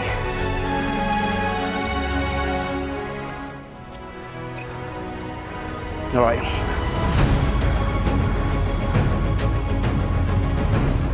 Ladies and gentlemen, let's do this.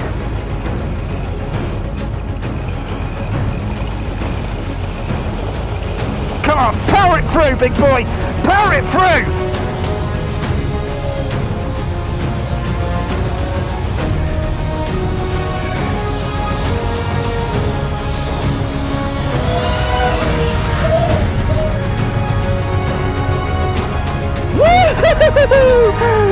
Oh yes, take my money. Smoke me a kipper. I'll be back for breakfast. Dude, the adrenaline is pumping. Do you know what? That was freaking epic, wasn't it? Did it look as good as I felt it looked? Yeah, Good. 11 out of 10, mate. 11 It was out good. of 10. I was there, first gear, power. I wish I was kind of in second going even quicker, but reality is I was thinking, hit a stone, I lose power. That's the moment when you lose power, you're going to fall. So it was just first gear all the way through. But now, it's your turn, dude. Yeah. Are you excited? Third gear. Third gear all the way through. No 50 miles an hour, boom. Yeah. All right? Yeah, pick me up there somewhere. Cool, ladies and gentlemen, because I was going to introduce my co-host at the bamboo raft, because what he does is he gives us all of the facts information, the co-host on the channel for this adventure. But he's also got his own YouTube channel called Two Wheeled Auto Twit, and he's filming all of this as well in a completely unique style, so you need to go over and watch that, you'll get a completely different outlook on this. But what we're going to do now is get pulling off an 11 out of 10 epic water crossing.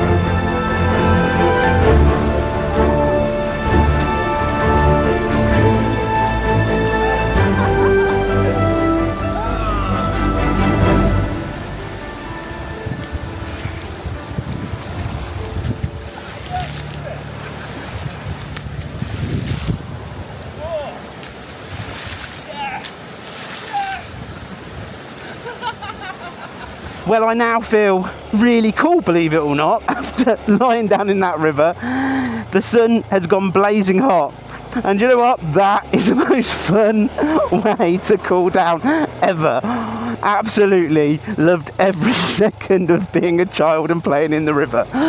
Now, we've only got 5.9 kilometres to go until we get to the rafting place. I was thinking this might change into a decent road, but I've got a feeling it might take us all the way there yet, so we might have a few kilometres left to do. That is steep and rocky, baby.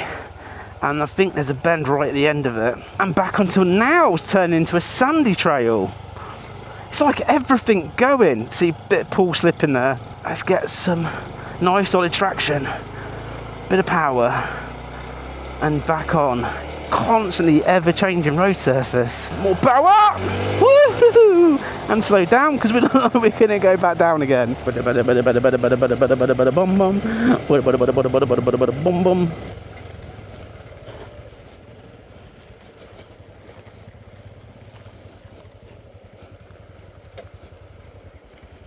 Together, we're 11 out of 10. Absolutely. Ready? Go. Power!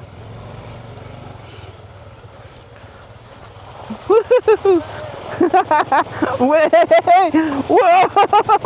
Big rock! And we're out! Oh, I can't do it because I can't hold the power. Paul, stop! And fist bump. Yes! Well, what can only be described as just an incredible, crazy ride here. It's now time for me to hand over to my travel expert to give you all the facts that you need to know about us going out rafting. So this is Mae Wang or something similar. We're about to travel on a locally sourced bamboo raft costing 700 baht for about an hour's ride. Let's do this in an 11 out of 10 way.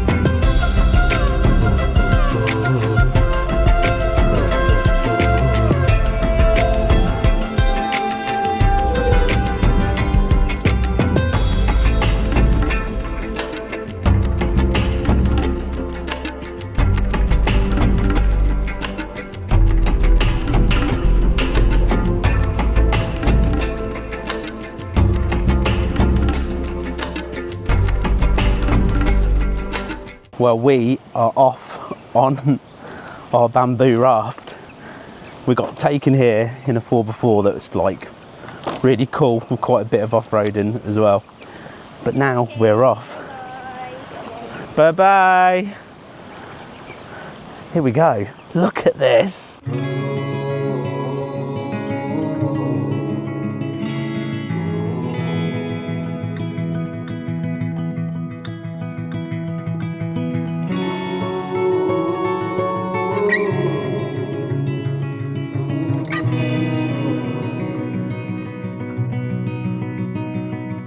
I was lost in the woods under dust, and the fairies found me. And they led the way, they cleared the way to my heart.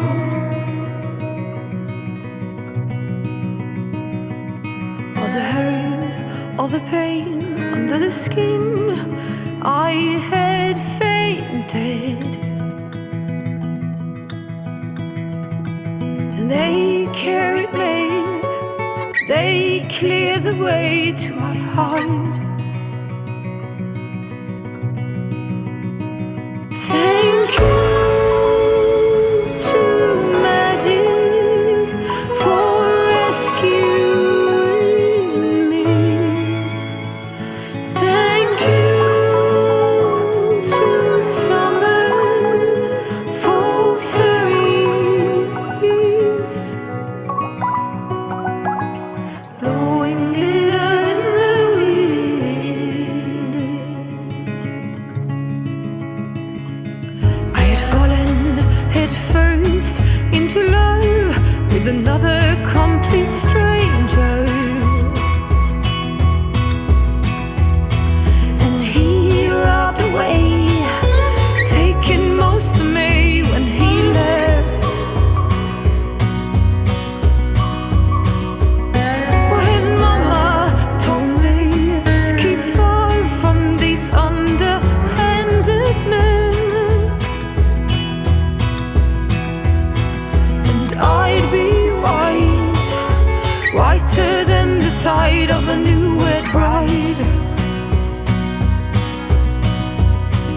Oh, thank you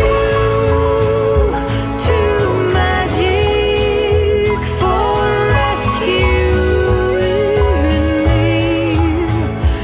Thank you to summer for fairies. Blowing glitter in the wind.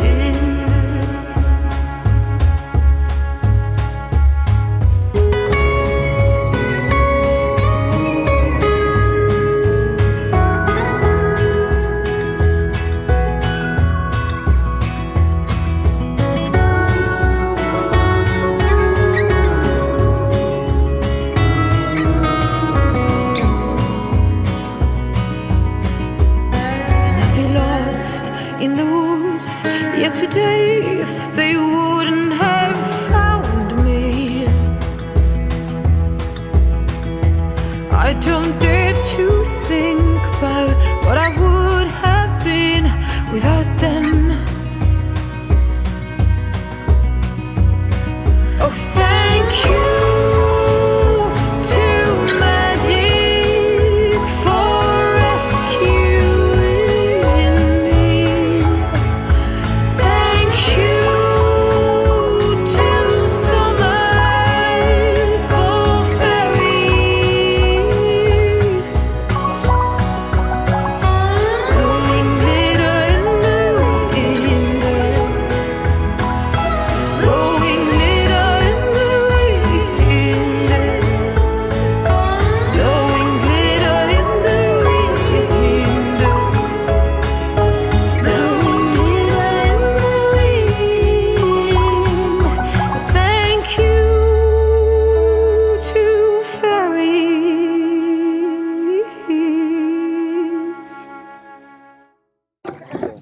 Thank you very much.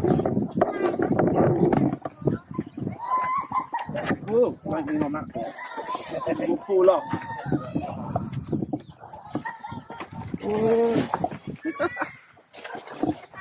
It's paid though. You still filming? Yes. Well, we've just got off the raft, and do you know what? It's like I'm pinching myself constantly. It's like I'm buzzing. To be completely honest, I'm buzzing. Stop smiling. It's like next level. Wow, innit? Just all of today has just been wow, wow, wow, wow. Dude, seriously, bucket list adventure. You're a legend for coming and being part of this. Oh, mate, it's my pleasure. Do you know what else? We've just booked something else incredible. So we're going to get on the bikes. We've got about an hour odd to ride. And then we're going to about to sort of turn up to somewhere that's, I think we'll be pinching ourselves again. I think we will. Let's go on the road and let's finish this day in true epic 11 out of 10 style. Well, we've got 51 kilometres. It's saying an hour and 18 minutes to reach the place where we're staying tonight. I'm hoping we've got some kind of decent-ish roads to get back, because I think we could do with getting there. The sun is going down now, but just look at this place for incredibleness, amazement and sheer bucket list. You've got to add it to it, because I am just buzzing so much at the minute with so many smiles. Just feels like the most incredible day ever. It really does. Okay, I'm going to try and hack down some of these miles. Let's just hope it's a smooth ride all the way now. Let's go. Yaki-da. Well, it's actually now the next day, because we arrived last night in the pitch black again. But we arrived into the village of Band Mae Con, and the hotel resort style thing we're staying at is called Paradise, for a very good reason. It costs £32.98. Now I just want to talk about the ride and the day. It was just bucket list. Seriously bucket list. All of it was absolutely amazing. And the thing is, even when we got back to the hotel and we were sipping a beer, me and Paul would both go in, it's just the best day yet. It was just, we were still smiling ear to ear to ear. You need to put it on your bucket list. You need to go and do that, because it's something absolutely incredible. But right now, I need to end this in true 11 out of 10 style. What I'll say about the next episode is we're going to pick some interesting things to see here in Thailand. Anyway, ladies and gentlemen, let me rewind, show you the arrival as much as I can of last night, and then you'll see why I need the light to end it. And I'll see you in the next one. I hope you're enjoying this. Enjoy. Oh baby, I love your madness. It's so incredibly beautiful. Oh, you shine like gold, so selfless to all, and wild like an animal. Some would say I'm insane in the right in a way, but I just love to play in your fun and your games. Always hungry for more, that's just how I was born. Take me somewhere I don't know, and give me your freedom. Whoa, you love me to pieces, yeah, I need it. Want your pandemonium, life is so easy. Whoa, you love me to pieces, yeah, I need it. Want your pandemonium.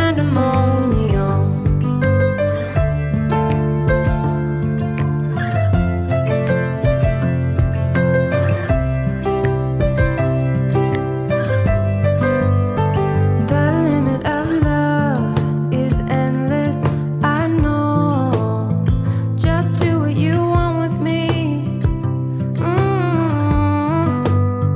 Yeah, I want it all.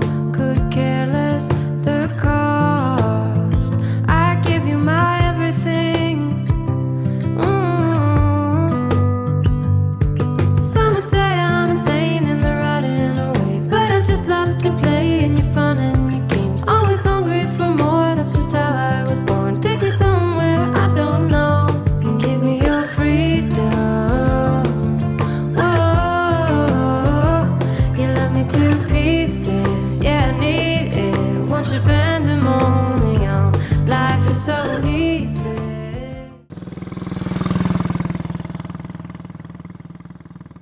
Episode 6 now of my bucket list adventure here in the north of Thailand in the Chiang Mai region. And do you know what? It's been incredible this entire trip. We have ridden on bamboo rafts. We have seen unbelievable waterfalls. We've even taken our CT 125 Hondas into the jungle. It's been an exciting trip, but I have to say to myself, what could possibly beat any of that, or at least come close to it? Well, I reckon we need a temple, a cave, and some craziness. And there's only one place for that, and that is Wat Pham Chang Do. How cool does that sound? Well, let's go and check it out.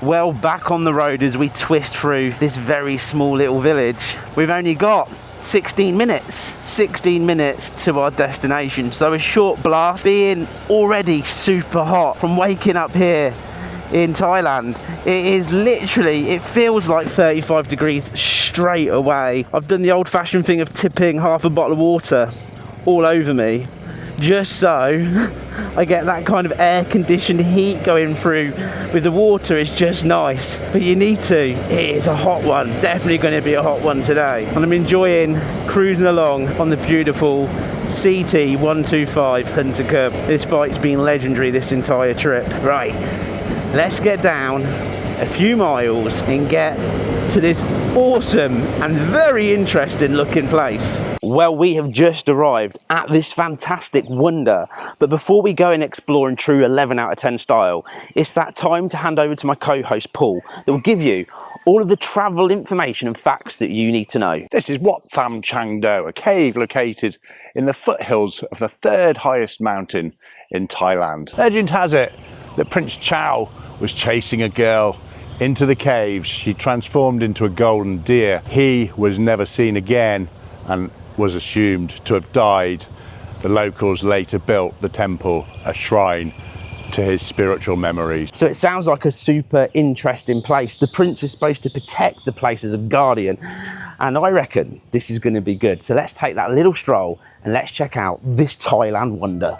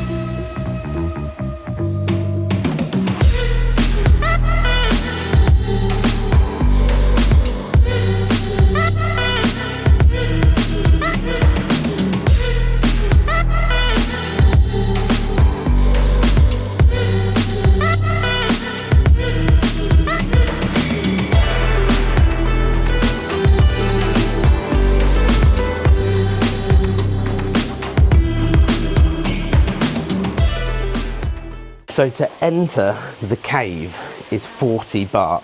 That's not bad, is it? And that, what you just saw, is just the beginning, because that was the walk up to the cave. So we're finally going to go in, and being a roasting hot day, I know this is going to be good, because it's going to be nice and cool inside. But what a beautiful place just from the outside. Really inviting, and as always the Thai people are so polite and nice. It's all, hello sir, have a nice time sir. It's just a lovely place to be. Right, let me show you this amazing place.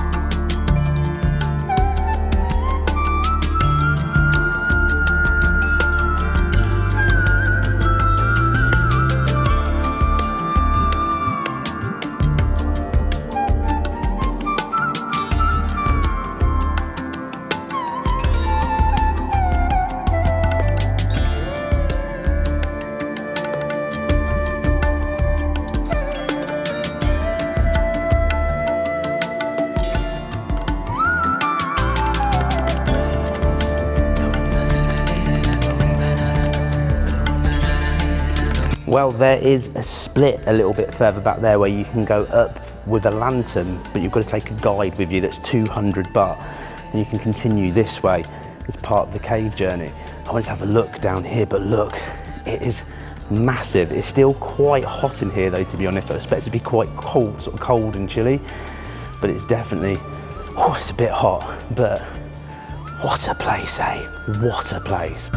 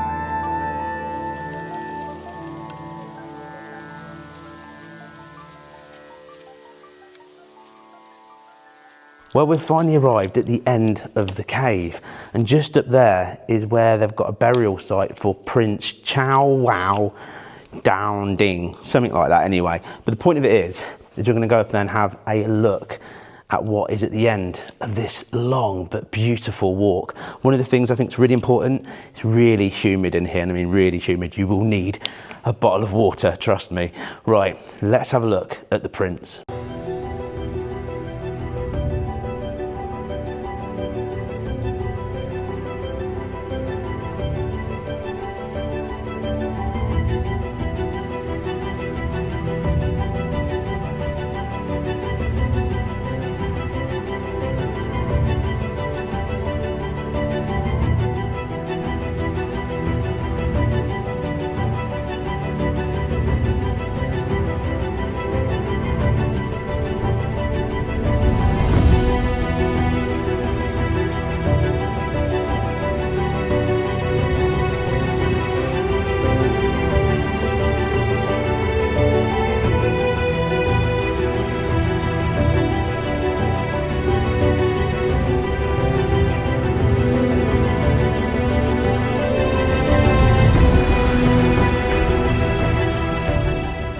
Well, with the cave done, and trust me, you're going to want to drink afterwards, outside of the temple there is loads of places to sit, but this one looked the most special, with fresh beans locally as well.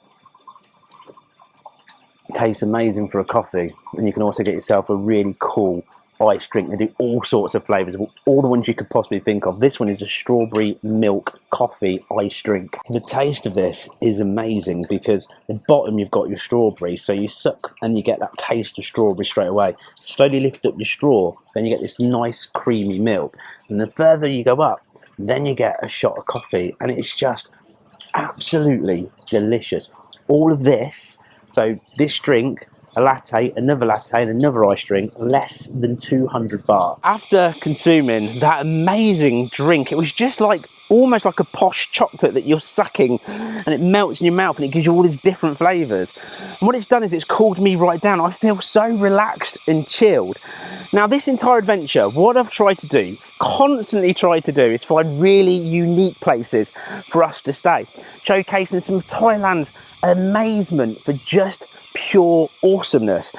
And the thing about it is, have you ever wondered what it would be like to stay like a celebrity, to stay somewhere that is just that next level? Well, here in Thailand, I think I've found ourselves the most amazing place I've ever seen.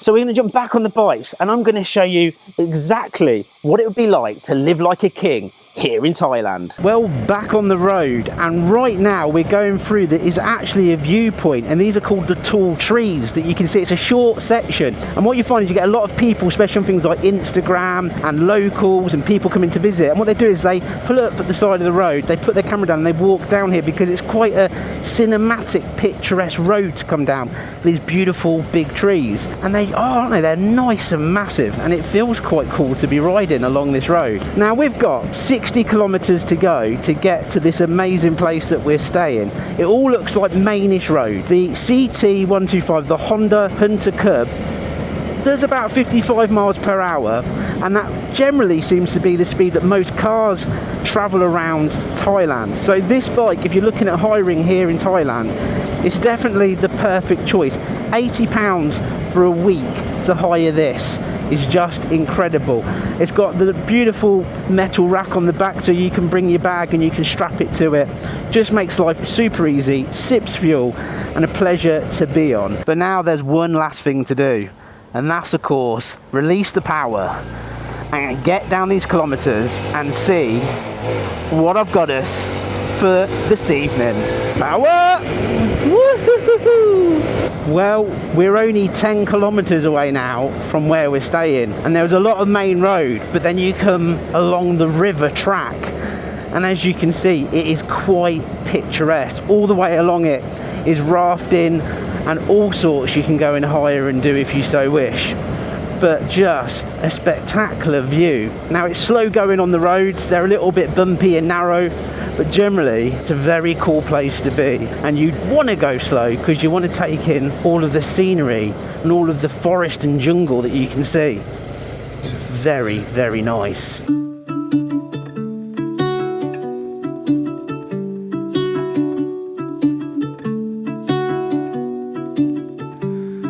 the depths of silence. How often do you ride down a road and you see elephants just moseying around their business?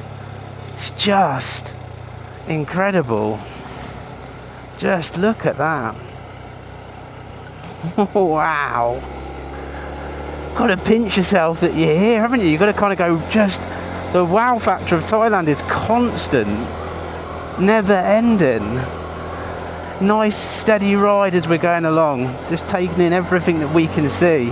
Where echoes remain, you were the sunrise, and I was the rain. A collision of souls, opposing and flying. I was the darkness, you yearned for the light. Now you're gone, and I'm losing my mind, losing my mind, I'm losing my mind. Now you're gone. Well, you're probably asking yourself exactly what did I mean about living like a king, a celebrity, a VIP here in North Thailand. Well, ladies and gentlemen, let me give you Palila Villa. Well, you know what they say, there are no kingdoms without rulers. Just before we enjoy all this villa has to offer, let me first of all give you a tour around, a grand tour of this villa. Now this is what I want you to bear in mind. To stay here for one night, just the villa itself is 220 Great British pounds. Are you ready? Check this out. So when you first arrive, the first thing you get is all these clogs, because obviously like all places in Thailand, you have to take your shoes off when you arrive. But look at the entrance as we stroll through here. The first thing you'll see is this beautiful pool just here, and it's almost like an infinity style pool as you sit down or lie down in there staring over this unbelievable mountain view. So I'm going to bring you along here, and what you've got straight down there is somewhere you can sit down tonight and enjoy your food. When you arrive, there is two ladies that will greet you and bring you down to your villa. They will provide you with a lovely iced tea and a slice of cake. Then they ask you if you brought food. Now you can see the barbecue is down there. That's because they also sell a pork barbecue set that's 590 baht, around £13. We've ordered 2 for this evening. Also, you have a choice of 3 amazing wines. I'll show you that in a minute. They're a little bit pricey. But let's continue our grand tour. So here, you've got your table, this beautiful oak table. It looks stunning. And also you've got a fridge to keep all your beer in. We've got some beer already in there because the ladies that welcomed us, we've ordered our beer and our food. It's all good, isn't it? And then inside here, you've got this lovely kitchen, everything you need, plates, cups, a lot, somewhere if you bring food to do your bread, and a microwave. But most importantly, you've got proper little coffee machine with the capsules just there, 4 of them for when you arrive. Then moving on to the first bedroom, look at that beautiful bed, and you've got a place you can sit and chill out and enjoy a drink in the evening if you so wish, especially if there was a storm. Still staring over at this amazing view. Just look at this. This will give us an idea of the prices of the wine. We have ordered a bottle, and we've ordered this one just here, 1,200 baht. It is not cheap at all, but I'm hoping it's going to be extremely tasty. But look, go up to 1,500. Just amazing. Okay, continuing on, we'll move on to the next bedroom, and of course exactly the same as the first. You've got a beautiful bed, a massive amount of open space here, somewhere to chill, read your favourite book, a hairdryer to make yourself look beautiful. But just look at all of this. And then right through this door, we have a toilet, by the way, each end, they're identical of the building as well. So if you're here with 2 couples, you've got 2 places that you can sleep separately and have as much fun as you like. Anyway, a lovely wash basin just there, and moving into the bathroom just here, we've got a lovely modern throne, sink, and of course a waterfall shower. Moving out of there and onto the deck, you've got a lovely area again. You can sit down, chill, relax, enjoy a drink, still staring at this amazing view. But one of my favourite things here in Thailand that I've already sampled twice and I will sample again is this outside bath. To sit here with the bubbles on, a glass of wine, if you could imagine it, and staring out. How fantastic is that? And all this, £220 to live like a celebrity, a VIP. This is exactly what me and Paul need to do now. Obviously, Paul is going to become my chef tonight and cook us a fantastic meal. But what do you do when you're a celebrity in a villa? You've got to enjoy yourself. So let's have some fun. Well, I suppose the fun should begin with a cool down in this beautiful, beautiful pool. Put all your stuff away and check out for the day. There's no time to waste when it's 100 degrees. Burns under my feet. Won't you have a drink with me? We head into town, see what it's about. Barely need a shirt though the sun has almost set. Make the most of it. I know we will dance and sing. There's a heat wave. There's a heat wave rolling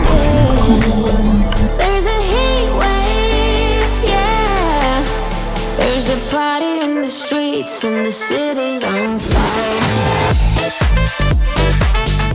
Well, after a cooling dip in the pool, I think there's one thing you've got to do before you have a beautiful meal, and that's have an 11 out of 10 epic bath. Oh baby, I love your madness. It's so incredibly beautiful. Oh, you shine like gold, so selfless to all, and wild like an animal. Some would say I'm insane in the right in a way, but I just love to play in your fun and your games. Always hungry for more, that's just how I was born. Take me somewhere I don't know, and give me your freedom. Whoa, you love me to pieces, yeah, I need it. Want your pandemonium, life is so easy. Whoa, you love me to pieces, yeah, I need it. Want your pandemonium.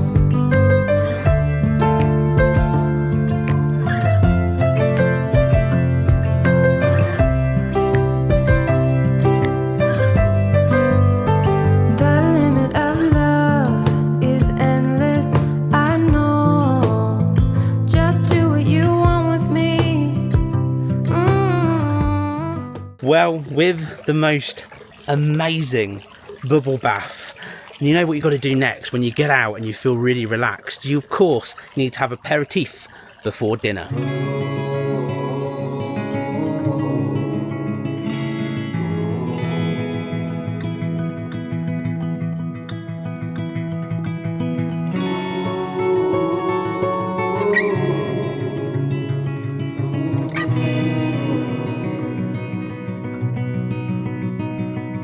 I was lost in the woods, under dust, and the fairies found me. And they led the way, they cleared the way to my heart. Well, with the aperitifs finished, the thing of it is that it's time for dinner, and the one thing you've got to do is bring the celebrity co-host that in his own right is a celebrity chef as well. So he's a celebrity, and he's about to prepare me the most amazing meal in the entire world. Don't wanna be a one-man woman. Got me stranded like a boat in the sand. Just the thought of not spreading my wings drives me crazy. Dressing up, fixing my strut. Always prepared, you never know who shows up around the corner. Maybe it's that director. Oh, I can sing, I can dance. I'm ready to prepare Helmet Head a really delicious feast of fine pork and some chunky pork. And we're going to add a few of these vegetables grilled.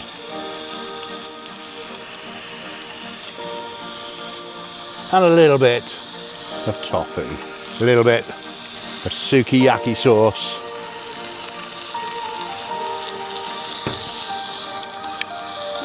Spread that around a little bit.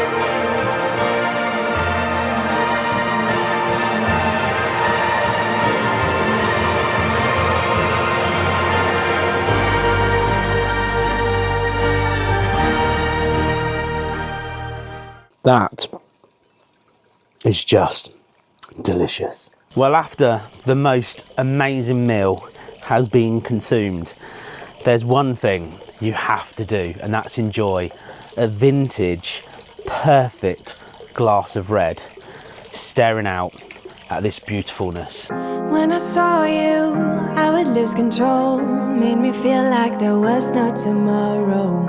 Should've told you that you're beautiful, but the days pass and now it's so long ago.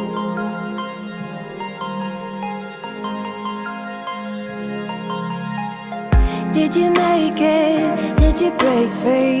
Did you manage to be who you wanna be? Maybe somewhere you think about me too.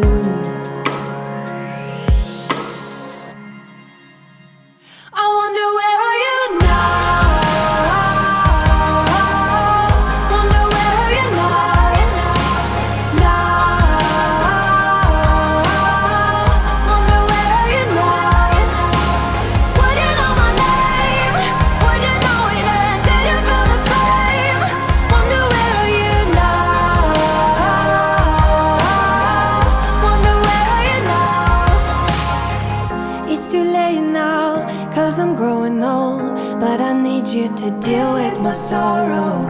Just a memory, just a broken frame, and I know that I have no one else to blame.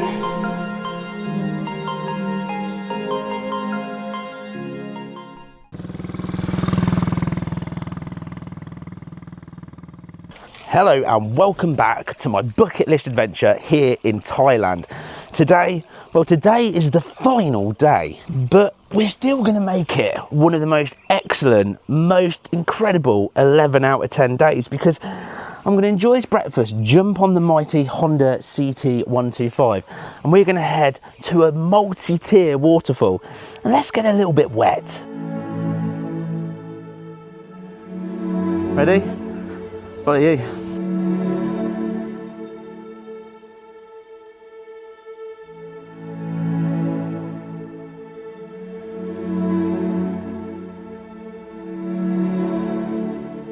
Well, here we go, back on the jungle roads, on the mighty Honda CT125 Hunter Curve. Now we've got 59 kilometers to go to the waterfall, and after that it's then back to Chiang Mai to drop off the bikes by 4 p.m. what gives us a decent amount of time to hopefully have a little bit of fun on the way. But as you can see, these roads you've got to use engine braking and everything because they are quite bumpy, but also the most important thing is it's still picturesque to think you're riding through the Thailand jungle on your bike. I keep saying to myself it's a forest, but it's classed as a jungle, so you kind of go, well, it's foresty. One adventure, but it's not over yet, because we've got this amazing 5-tier waterfall to go and explore. I put my swimmers on underneath my jeans so I can whip my jeans off like the Hoff style and jump in to this amazing waterfall, but just taking the prettiness and the amazement. And of course in front of me is Paul, my co-host, who knows all the information, the travel side of things that you need to know, and we'll get him on camera and he can tell you everything. But right now we've got 58 kilometers. It's going to take an hour and 14 minutes to get there, but it's going to be worth it, and we've got a lot of bends. So let's open up this throttle, let's get my gear in right, and let's enjoy the jungle adventure.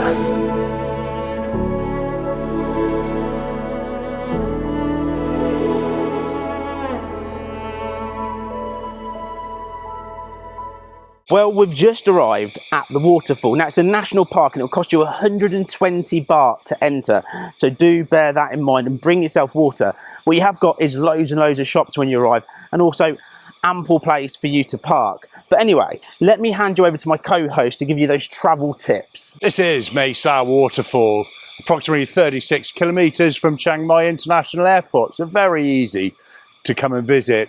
We've got 10 levels of awesomeness to go and have a look at. So with all of the facts covered, let's go and check out how amazing this waterfall is, and let's make it 11 out of 10.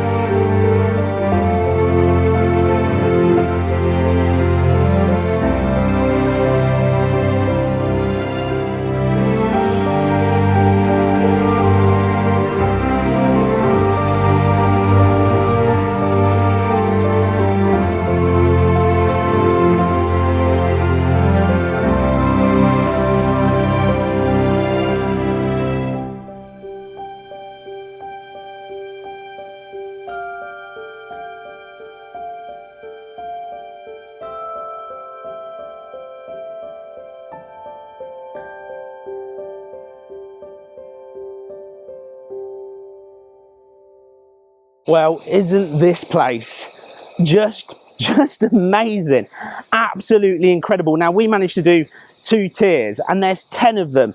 There is quite a few that are like streamy, as in very light and easy to sort of sit there and enjoy, and others, well, like you saw, we picked 2 of the really cool, awesome tiers where you can sit under that waterfall and just take in every single second.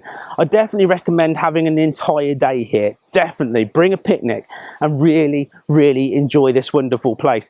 There's got facilities, changing rooms, toilets, so don't worry. All you need to do is bring yourself a picnic and your swimmers and a towel and you're good to go.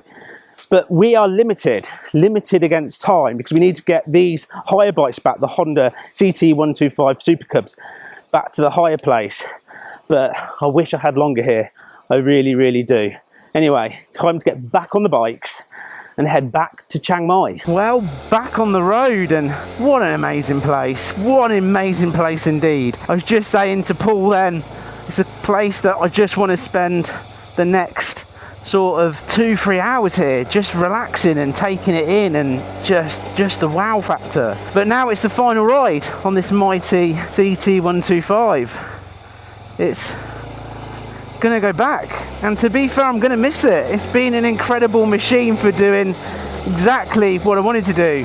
Thailand, riding through jungles and up and down crazy mountain passes and just everything. It's just been brilliant, absolutely brilliant. Be able to strap my bag on the back. It's been a comfortable-ish ride. The seat for me is quite hard. I wish I'd brought something, one of the nettings, to make the seat a little bit cooler. But for here, for Thailand, this is just the perfect bike to hire though. It really is. And at £80 for a week, it's just incredibly cheap. Now when we go back to the higher place, you pick it up with a full tank, so I've got to return it with a full tank, so we'll have a little top up just before we get there. The roads going back to Chiang Mai themselves are pretty much far, so we come off of this road and we hit sort of like dual carriageway style roads, very busy. So what I'm going to do, I'm just going to hammer down the kilometres, get the bike back to the higher place. But I'm going to miss your CT125. You've been a legend.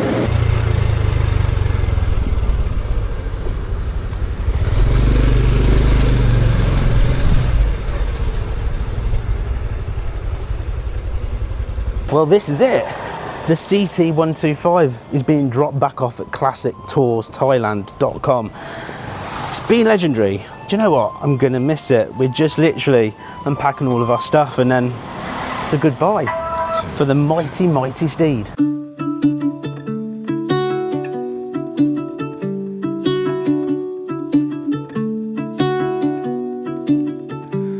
In the depths of silence, where echoes remain, you were the sunrise and I was the rain. A collision of souls, opposing in flight. I was the darkness, you yearned for the light. Now you're gone, and I'm losing my mind, I'm losing my mind.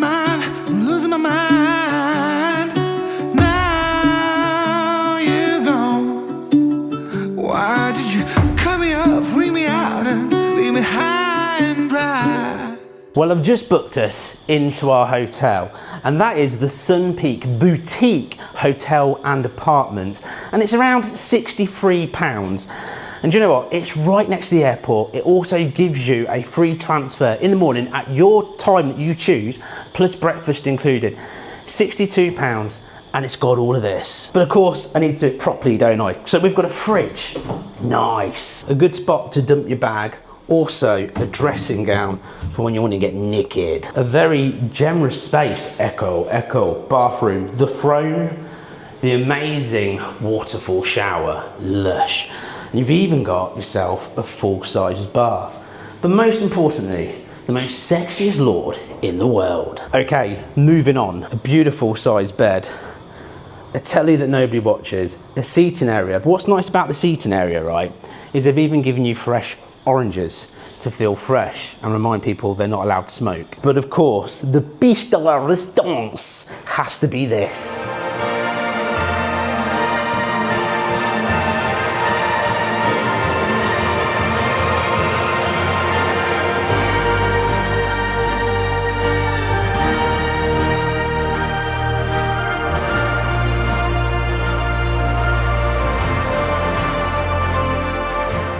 Now, I've bathed in a river today, but I do have sand in places where no sand should ever get to. And I was going to jump in the shower, but I think that looks more appealing.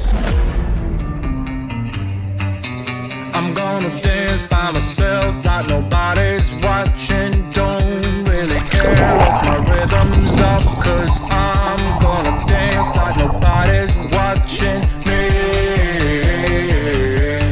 I'm gonna dance by myself like nobody's watching. Don't really care if my rhythm's off, cause I'm gonna dance like nobody's watching me.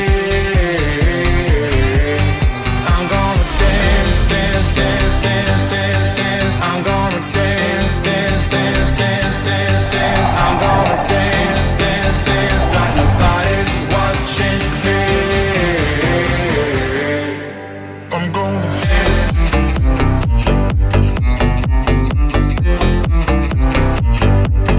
I'm gonna dance.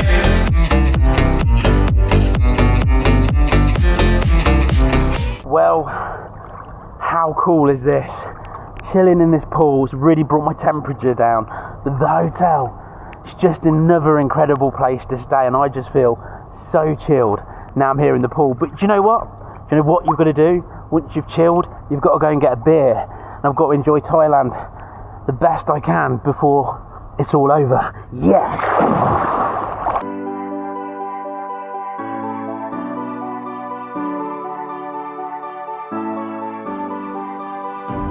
I'm holding on, if almost gone. Someday I know I'll finally make it through the gates. Just have to wait. You whisper to me, there's no maybe. There's only time for dreams even greater. I hear the call.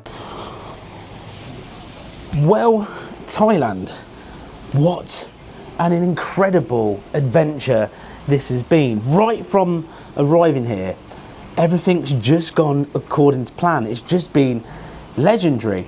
Now, when we rocked up right in the beginning and went and picked up our bikes, the hire company were just absolutely fantastic. You turn up, they've got cold glasses of water, they're so friendly, they're so nice. It is just hassle-free.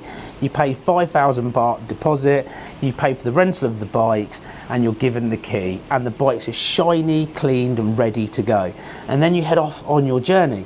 Now, what I'll say during the time I've been here is the Thai people are just so friendly. Every hotel we went into, every person we spoke to, were just happy and pleased that we were there and wanted to be nice and polite. Now, a couple of things happened while we were here. So you turn up to a hotel, for instance, and you said, oh, can we have a beer? They would literally go, what beer would you like? And they'd ask you if you want the Leo, if you want the Chiang. And then they would jump on their scooter and go and get the beer. So how many do you want? Even if they've got no beer in. And that happened multiple times during this trip. This is what the people are like. They would ride a little scooter for 10 miles if they had to get you what you want. You are looked after and treated like a king the entire time that you're here. And the prices, the hotel rooms, the beers, I've never been anywhere where you can get all of this for so little. It's just a different world altogether. So riding in Thailand, the other drivers, the people out on the scooters and the bikes as well, lots of people turn around and said that they're absolutely nuts. But I found the opposite. Now, the city itself, Chiang Mai, is extremely busy. All cities are like that, but people still knew that you were there, so it wasn't too bad. As soon as you're out of Chiang Mai, it is just incredible open roads. It's not busy at all. And again, everybody knows that you're there. People even indicate to let you go by. I didn't sort of experience any horribleness, any nastiness. They know you're there, and I'd say it's probably one of the most easiest places I've ever ridden. And the food is absolutely gorgeous. Every restaurant you go in, they ask it if you want it spicy and hot, and if you don't, you just tell them and they'll cook it nice and mild. But the food itself is just delicious. Now, this is my bucket list ticked off for Thailand. I can't believe it. It's already been a week and it's just gone so quickly. But we did Thailand, people. We did it. We've ticked off the bucket list. It's just an awesome place. And trust me, if you haven't been, you need to come and experience it. In regards to what's next, well, I'm not going to tell you. That's what's going to happen. The next bucket list adventure is already going around in my head. So hopefully you've subscribed. Hopefully you're enjoying these cool, amazing adventures. And hopefully you'll come with me on my next one. But ladies and gentlemen, Thailand is done.